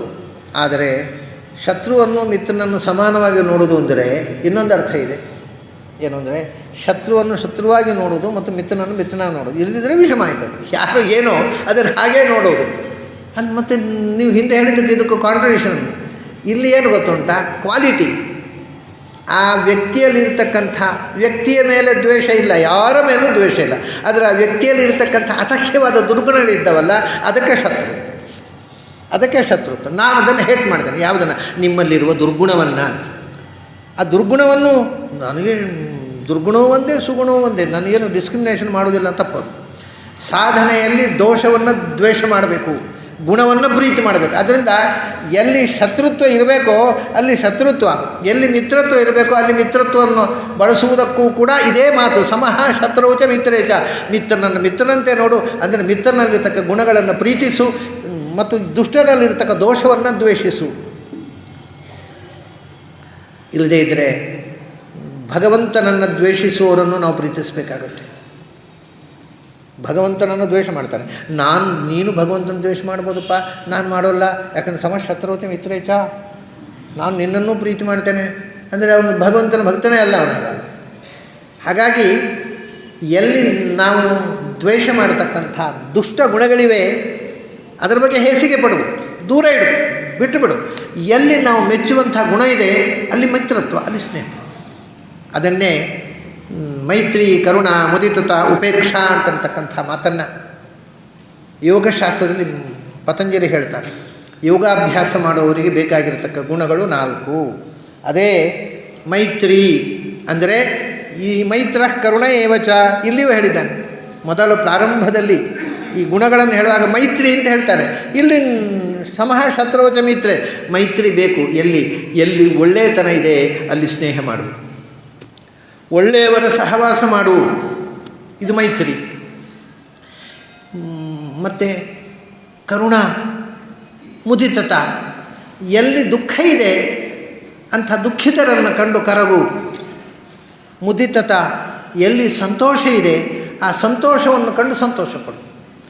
ಇದು ಕಷ್ಟ ನೋಡಿ. ನಮಗೇನು ಅಂದರೆ, ಇನ್ನೊಬ್ಬರು ದುಃಖದಲ್ಲಿದ್ದಾಗ ಅದಾಗಬೇಕು ಮತ್ತು ಕುಶಾಲ ಮಾಡಿದ್ದು ತಿಂತಾರೆ ಅಂತ ಖುಷಿ ಆಗೋದು. ಇನ್ನೊಬ್ಬರು ಕಷ್ಟದಲ್ಲಿದ್ದಾಗ, ಇನ್ನೊಬ್ಬರು ಸಂತೋಷದಲ್ಲಿದ್ದಾಗ ಅಯ್ಯೋ ಸಂತೋಷದಲ್ಲಿದ್ದಾರಲ್ಲ ನನಗೆ ಬರಬಾರ್ದಿತ್ತ ಸಂತೋಷ ಅಂತ ಸಂಕಟ ಆಗೋದು. ಇನ್ನೊಬ್ಬರು ಸಂತೋಷದಲ್ಲಿ ಸಂಕಟ ಪಡ್ತೇವೆ, ಇನ್ನೊಬ್ಬರ ದುಃಖದಲ್ಲಿ ಖುಷಿ ಪಡ್ತೇವೆ. ಆದರೆ ನಿಜವಾದ ಸಾಧಕ ಇನ್ನೊಬ್ಬರ ದುಃಖಕ್ಕೆ ಕರಗಬೇಕು, ಇನ್ನೊಬ್ಬರ ಸಂತೋಷಕ್ಕೆ ಖುಷಿ ಪಡಬೇಕು. ಇನ್ನೊಬ್ಬರು ಒಳ್ಳೆಯದಾಗಿರೋದನ್ನು ನೋಡಿ ಖುಷಿ ಪಡಬೇಕು. 4ನೇದ್ದೇ ಇಲ್ಲಿ ಶತ್ರುಚ ಮಿತ್ರೆ. ಸುರುವಿನ ಮೈತ್ರಿ. ಎಲ್ಲಿ ಒಳ್ಳೆಯತನ ಇದೆ ಅವರ ಒಡನಾಟ ಮಾಡು, ಎಲ್ಲಿ ಒಳ್ಳೆಯತನ ಇಲ್ಲ ಅದನ್ನು ಉಪೇಕ್ಷಾ. ಅಷ್ಟೇ, ಜಗಳ ಮಾಡೋದಲ್ಲ ಶತ್ರುತ್ವ ಅಂದರೆ. ಅವರ ಒಡನಾಟ ಮಾಡಬೇಡ, ಎಂದೂ ಸಹವಾಸ ಮಾಡಬೇಡ. ಒಳ್ಳೆಯತನ ಇಲ್ಲದೇ ಇದ್ದಲ್ಲಿ ಸಹವಾಸ ಮಾಡಿದರೆ ನೀನು ಕೆಟ್ಟು ಹೋಗ್ತೀಯಾ ಅಂದು. ಒಳ್ಳೆಯತನದ ಸಹವಾಸ ಮಾಡು, ಕೆಟ್ಟತನವನ್ನು ದೂರ ಇಡು, ದುಃಖಿತರಿಗೆ ಕರಗು, ಆನಂದವನ್ನು ಕಂಡು ಸಂತೋಷ. ಇದೇ ಸಮಶತ್ರುಚ ಮಿತ್ರೇಚ ಅನ್ನುವಲ್ಲಿ ಕೃಷ್ಣ ಹೇಳೋದು ಕೂಡ. ಈ ಎಲ್ಲ ಕಡೆ ನಾವು ಒಳ್ಳೆಯದನ್ನು ಕೆಟ್ಟದ್ದನ್ನು ಗುರುತಿಸುವ ಶಕ್ತಿಯನ್ನು ಕಳ್ಕೊಳ್ಳೋದಲ್ಲ. ಶತ್ರುವನ್ನು ಮಿತ್ರನ ಹಾಗೆ ನೋಡು, ಮಿತ್ರನನ್ನು ಶತ್ರು ಹಾಗೆ ನೋಡುವಂಥ ಅರ್ಥವೂ ಅಲ್ಲ. ಯಾರನ್ನು ಹೇಗೆ ನೋಡಬೇಕು ಅವರನ್ನು ಹಾಗೆ ನೋಡಬೇಕು ಅನ್ನೋದೇ ಶಾಸ್ತ್ರ. ಆದರೆ ಯಾರನ್ನು ಬೇಸಿಕಲಿ ಮೂಲಭೂತವಾಗಿ ಜೀವ ಸ್ವರೂಪದಿಂದ ಶತ್ರು ಮಿತ್ರ ಅಂತ ವಿಭಾಗ ಮಾಡಬೇಡ. ಮೇಲುನೋಟದಲ್ಲಿ ಅವನಲ್ಲಿರತಕ್ಕಂಥ ಗುಣ ದೋಷಗಳು ನಿನ್ನ ಸಾಧನೆಗೆ ಎಷ್ಟು ಉಪಯೋಗ, ನಿನ್ನ ಸಾಧನೆಗೆ ಉಪಯೋಗವಾಗುವ ಒಳ್ಳೆಯ ಗುಣಗಳಿಲ್ಲ, ದೂರ ಮಾಡು. ನಿನ್ನ ಸಾಧನೆ ಉಪಯೋಗವಾಗುವ ಒಳ್ಳೆಯ ಗುಣಗಳಿದೆ, ಸಹವಾಸ ಮಾಡು, ಸ್ನೇಹ ಮಾಡು. ಹೀಗೆ ಸಮಃ ಶತ್ರುಚ ಮಿತ್ರೇಚ ಅಂತಕ್ಕಂಥ ಮಾತನ್ನು ಶತ್ರು ಮಿತ್ರರ ಸಮದೃಷ್ಟಿಯಿಂದ ಸುಹೃನ್ ಮಿತ್ರಾರ್ಯುದಾಸಿ, ಹಿಂದೆ ಬಂದಿದೆ ಈ ಮಾತು. ಸುಹೃನ್ ಮಿತ್ರಾರ್ಯುದಾಸೀನ ಮಧ್ಯಸ್ಥದ್ವೇಷ್ಯ ಬಂಧುಷು ಸಾಧುಷ್ವಪಿ ಚ ಪಾಪೇಶು ಸಮಬುದ್ಧಿ ವಿಶಿಷ್ಯತೆ. ಸಾಧುವಿನಲ್ಲಿಯೂ ಪಾಪಿಗಳಲ್ಲಿಯೂ ಒಳ್ಳೆಯವರಲ್ಲಿಯೂ ಕೆಟ್ಟವರಲ್ಲಿಯೂ ಸಮಬುದ್ಧಿ ಇಡು ಅಂತ ಹೇಳ್ತಾನೆ. ಏನರ್ಥ ಗೊತ್ತಾ? ಸಮಃ ಶತ್ರುಚ ಮಿತ್ರೇಚ, ಶತ್ರುವಿನಲ್ಲಿಯೂ ಭಗವಂತ ಇದ್ದಾನೆ, ಅವನಿಗೆ ಬುದ್ಧಿ ಕೆಡಿಸಿದವನು ಭಗವಂತನೇ ಅಲ್ವ, ಮಿತ್ರನಲ್ಲಿಯೂ ಭಗವಂತ ಇದ್ದಾನೆ. ಸೊ ಎಲ್ಲರಲ್ಲಿಯೂ ಭಗವಂತನನ್ನು ಕಾಣುವುದು ಸಮದೃಷ್ಟಿ, ಹೊರತು ಒಳ್ಳೆಯವರನ್ನು ಕೆಟ್ಟವರನ್ನು ಒಂದೇ ಅಂತ ತಿಳ್ಕೊಳ್ಳೋದಲ್ಲ. ಒಳ್ಳೆಯವರಲ್ಲಿ ಆ ಒಳ್ಳೆತನವು ಭಗವಂತನ ಸನ್ನಿಧಾನದಿಂದ ಬಂದಿರೋದು. ವೃತ್ರಾಸುರನಿಗೂ ಇಂದ್ರನಿಗೂ ಯುದ್ಧ ಆದ ಪ್ರಸಂಗದಲ್ಲಿ ವೃತ್ರಾಸುರ ಒಳ್ಳೆಯ ಜೀವ, ಸ್ವರೂಪತಃ ಒಳ್ಳೆಯ ಜೀವ. ಹಾಗಾಗಿ ಅವನು ತುಂಬ ಒಳ್ಳೆತನ ಇದೆ. ಆದರೆ ಅವನು ಮಾಡಿದ ಒಂದು ಅಪರಾಧಕ್ಕೋಸ್ಕರ ಅವನು ಕೊಲೆ ಮಾಡಬೇಕಾಯಿತು. ಇಂದ್ರನಿಗೂ ವೃತ್ರನಿಗೂ ಯುದ್ಧ ಆಗುತ್ತೆ. ಆವಾಗ ಇಂದ್ರನಿಗೆ ವೃತ್ರನ ಒಳ್ಳೆಯತನವನ್ನು ಕಂಡು ಅಯ್ಯೋ ಇವನನ್ನು ಕೊಲ್ಲಬೇಕಲ್ಲ ಅಂತ ಅವನು ಮಿತ್ರನಾಗಿ ಬಿಡ್ತಾನೆ. ಮಿತ್ರನನ್ನು ಕೊಲೆ ಮಾಡೋದು ಹೇಗೆ? ಅವನ ಬಗ್ಗೆ ಒಂದು ಅನುಕಂಪೆ ಮಾಡಿಬಿಡುತ್ತೆ. ಇಂಥ ಒಳ್ಳೆಯ ಮನುಷ್ಯನನ್ನು, ಇಂಥ ತಿಳುವಳಿಕೆಯ ಇರುವವನನ್ನು ಕೊಲ್ಲುವುದು ಹೇಗೆ ಅಂತ. ಆಗ ವೃತ್ರ ಒಂದು ಮಾತಾಡ್ತಾನೆ, ನೋಡು, ನಿನ್ನೊಳಗೆ ನಿಂತು ನನ್ನ ಹತ್ರ ಯುದ್ಧ ಮಾಡುವವನು ನಿನ್ನೊಳಗಿರುವ ಭಗವಂತ, ನನ್ನೊಳಗೆ ಕೂತು ನಿನಗೆ ವಿರುದ್ಧವಾಗಿ ಹೋರಾಡುವವನು ನನ್ನೊಳಗಿರುವ ಭಗವಂತ. ನಾವಿಬ್ಬರೂ ಭಗವಂತನ ನಿರ್ದೇಶನದಂತೆ ನಾಟಕ ರಂಗದಲ್ಲಿ ಪಾತ್ರಧಾರಿಗಳು. ಆ್ಯಕ್ಟರ್ ಹೇಗೆ ಬಿಹೇವ್ ಮಾಡಬೇಕು ಅಂದರೆ ಡೈರೆಕ್ಟ್ರ್ ಹೇಳಿದಾಗ ಅಷ್ಟೇ, ನಮಗೆ ಏನು ಸ್ವಾತಂತ್ರ್ಯ ಇಲ್ಲ. ಡೈರೆಕ್ಟ್ರ್ ಏನು ಹೇಳಿದ್ರೆ ಅದು ಮಾಡೋದು. ಪ್ರಧಾನ ಪಾತ್ರ ನಿರ್ದೇಶಕನಂದು. ಅವನು ಹೇಳ್ತಾನೆ, ಇವತ್ತು ನಿನಗೆ ಕೊಲ್ಲೋ ಪಾತ್ರ ಕೊಟ್ಟಿದ್ದಾನೆ ಭಗವಂತ, ನನಗೆ ಸಾಯೋ ಪಾತ್ರ ಕೊಟ್ಟಿದ್ದಾರೆ. ಚೆನ್ನಾಗಿ ಅಭಿನಯಿಸೋಣ, ಕೊಲ್ಲು ನನ್ನನ್ನು, ನಾನು ಸಾಯ್ತೀನಿ. ನೋಡಿ, ಇಲ್ಲಿ ಯಾರು ಶತ್ರು ಯಾರು ಮಿತ್ರ, ಒಂದು ನೆಲೆಯಲ್ಲಿ ನಿಂತಾಗ ಎಲ್ಲವೂ ಬೇರೆಯಾಗಿಬಿಡುತ್ತೆ. ನಾವು ಲೋಕದಲ್ಲಿ ಹೇಳ್ತಕ್ಕ ಶತ್ರು ಮಿತ್ರ ಬಂಧ ಸಂಬಂಧ ಎಲ್ಲವೂ ಬೇರೆಯಾಗಿಬಿಡುತ್ತೆ. ಆದ್ದರಿಂದ ನಿನ್ನ ಲೌಕಿಕವಾಗಿರತಕ್ಕ ಶತ್ರು ಮಿತ್ರ ಭಾವವನ್ನು ಬಿಟ್ಟುಬಿಡು. ಯಾಕೆಂದರೆ ಶತ್ರುವಿನ ಒಳಗೆ ಇದ್ದು ನಿನ್ನನ್ನು ದ್ವೇಷಿಸುವಂತೆ ಅವನು ದ್ವೇಷಿಸ್ತಾ ಇದ್ದರೆ ನಿನ್ನನ್ನು ದ್ವೇಷಿಸುವಂತೆ ಮಾಡಿದವನು ಭಗವಂತನೇ. ಮಿತ್ರನೊಳಗಿದ್ದ ನಿನ್ನನ್ನು ಪ್ರೀತಿಸುವಂತೆ ಮಾಡಿದವನು ಭಗವಂತನೇ. ಯಾರಿಗೆ ಏನು ಸ್ವಾತಂತ್ರ್ಯ ಇದೆ, ಆದ್ದರಿಂದ ನಿನ್ನನ್ನು ಟೀಕಿಸುವವರ ಮೇಲೆ ಕೋಪಿಸ್ಕೋಬೇಡ. ನಿನ್ನನ್ನು ಟೀಕಿಸುವವರ ಮೇಲೆ ಕೋಪಿಸ್ಕೊಳ್ಳೋದು ಅಂದರೆ ಅವರೊಳಗಿರುವ ಭಗವಂತನ ಮೇಲೆ ಕೋಪ ಮಾಡಿದ ಹಾಗೆ. ಅವರಿಗೆ ಆ ಬುದ್ಧಿ ಕೊಟ್ಟವ ಭಗವಂತ ಅಲ್ವಾ. ಹಾಗಾಗಿ ಯಾರ್ಯಾರಿಗೆ ಏನೇನು ಬುದ್ಧಿ ಕೊಡಬೇಕೋ ಅವರವರ ಜೀವ ಸ್ವರೂಪ ಯೋಗ್ಯತೆ ಎಷ್ಟೋ ಆ ಮಟ್ಟಕ್ಕೆ ತಕ್ಕಂತೆ ಅವರವರಿಗೆ ಬುದ್ಧಿ ಕೊಡ್ತಾನೆ. ನೀನು ಯಾಕೆ ಜಗಳ ಮಾಡಬೇಕು, ನೀನು ಯಾಕೆ ದ್ವೇಷ ಮಾಡಬೇಕು? ಹೀಗೆ ಶತ್ರುಚ ಮಿತ್ರೇಚ ಅನ್ನೋದನ್ನು ಯಾವ್ಯಾವ ಬಗೆಯಿಂದ ನೋಡಿದರೆ ಬೇರೆ ಬೇರೆ ಬಗೆಯಿಂದ ಸಾಧನೆಯಲ್ಲಿ ಅದು ತೆರ್ಕೊಳ್ಳುತ್ತೆ. ಅದರ ಕೆಲವು ಮುಖವನ್ನು ಇವತ್ತು ನೋಡಿದೆವು. ಆಮೇಲೆ ಮತ್ತೆ ನಾಳೆ ಸೇರಿದಾಗ ಮುಂದಿನ ಮತ್ತು ನಾಡಿದ್ದು ಸೇರಿದಾಗ ಈ ಅಧ್ಯಾಯ ಮುಗಿಯುತ್ತೆ ಅಂತ ಅಂದ್ಕೊಂಡಿದ್ದೇನೆ. ಮುಗಿಬೇಕು, ಆಮೇಲೆ ಆಚೆ ನಾಡಿದ್ದು ಕಾರ್ಯಕ್ರಮ ಇಲ್ಲ. ಅಧ್ಯಾಯದ ನಾಳೆ ನಾಡಿದ್ದು 2 ದಿವಸದಲ್ಲಿ ಇನ್ನು 2.5 ಶ್ಲೋಕ ಇದೆ. 2 ದಿವಸದಲ್ಲಿ ಅಧ್ಯಾಯ ಮುಗಿದು ಬಿಡುತ್ತೆ. ಅವ 12ನೇ ಅಧ್ಯಾಯ ಮುಗಿದು ಪ್ರಾಯ ಅದಕ್ಕೋಸ್ಕರನೇ ಭಗವಂತ ಇಲ್ಲದ್ರೆ 8ನೇ ತಾರೀಕಿಗೆ ನಾವು ಮುಗಿಸ್ಬೇಕಿತ್ತು. ನಿನ್ನೆಗೆ ಮಂಗಳ ಆಗಬೇಕಿತ್ತು. ಯಾವುದೋ ಒಂದು ಕಾರಣದಿಂದ ಮತ್ತೆ ನಾನು 3 ದಿವಸ ಇಲ್ಲಿ ಉಳ್ಕೊಳ್ಳುವಂಥ ಪ್ರಸಂಗ ಬಂತು. ನಾನು ಗುರಾಚಾರ್ಯ ಹೇಳಿದೆ, ಬೇಕಿದ್ದರೆ 3 ದಿವಸ ಎಕ್ಸ್ಟೆನ್ಷನ್ ಮಾಡಬಹುದು, ನಾನು ಊರಿಗೆ ಹೋಗೋದು ಮುಂದೆ ಹೋಯಿತು ಕಾರ್ಯಕ್ರಮ ಅಂತ. ಅವರು ತಕ್ಷಣ ಆಯಿತು ಅಂತಂದರು. 11 ದಿವಸ ಅಂದರು. ನನಗೆ ಈಗ 8ನೇ ದಿವಸಕ್ಕೆ 12 ಅಧ್ಯಾಯ ಮುಗಿದು ಬಿಟ್ಟಿದ್ದೆ. ಅದು ದೇವರಿಗೆ ಗೊತ್ತು. ಅಲ್ಲಯ್ಯ, 8 ದಿವಸ ಕೊಟ್ಟಿದ್ದು 12 ಅಧ್ಯಾಯ ಮುಗಿಯೋದಿಲ್ವಲ್ಲ, ತಗೋ 3 ದಿವಸ ಅಂತ. ನೋಡಿ, ದಿಸ್ ಈಸ್ ಡಿವೈನ್ ಪ್ಲ್ಯಾನ್. ನಾನು ಅನಿರೀಕ್ಷಿತವಾಗಿ 3 ದಿವಸ ಇಲ್ಲಿ ಉಳಿಬೇಕಾಗಿ ಬಂತು. ಅದಕ್ಕೆ ಇವರು ಅರೇಂಜ್ ಮಾಡಿದರು. ಕಡೆ ಅವ್ರದ್ದು ಹೇಳಿದೆ, ಅದು 3 ದಿವಸ ಬೇಗ ಮುಗಿಬೋದು ಅಂತ ಹೇಳಿದೆ. ಮುಗಿಯಲ್ಲ, ಅದು ನಾಡಿಜಿಗೆ ಮುಗೀತದೆ. ಇನ್ನು ಲೆಕ್ಕ ಅವನದ್ದು ಕರೆಕ್ಟ್, ನಮ್ಮ ಲೆಕ್ಕ ಎಲ್ಲ ತಪ್ಪು. ಕರೆಕ್ಟ್ 11 ದಿವಸ ಕೊಟ್ಟ, 11 ದಿವಸದಲ್ಲೇ ಮುಗಿಯುವಂತೆ ವ್ಯವಸ್ಥೆ ಕೂಡ ಮಾಡಿದ. ಅಂಥ ಭಗವಂತನಿಗೆ ನಮ್ಮ ಪ್ರಣಾಮಗಳನ್ನು ಸಲ್ಲಿಸಿ ಅವನು ತೋರಿಸಿದಂಥ ಗುಣಗಳ ಲವಲೇಶವಾದರೂ ನಮ್ಮಲ್ಲಿ ಒಂದು ಚೂರಾದರೂ ಈ ಜನ್ಮದಲ್ಲೇ ಬರಲಿ ಅಂತ ಪ್ರಾರ್ಥಿಸಿ ಇವತ್ತು ಗೀತಾಚಿಂತನವನ್ನು ಮುಗಿಸೋಣ. ನಿಮಗೆಲ್ಲ ಅಭಿನಂದನೆಗಳು ಮತ್ತು ಅಭಿವಂದನೆಗಳು.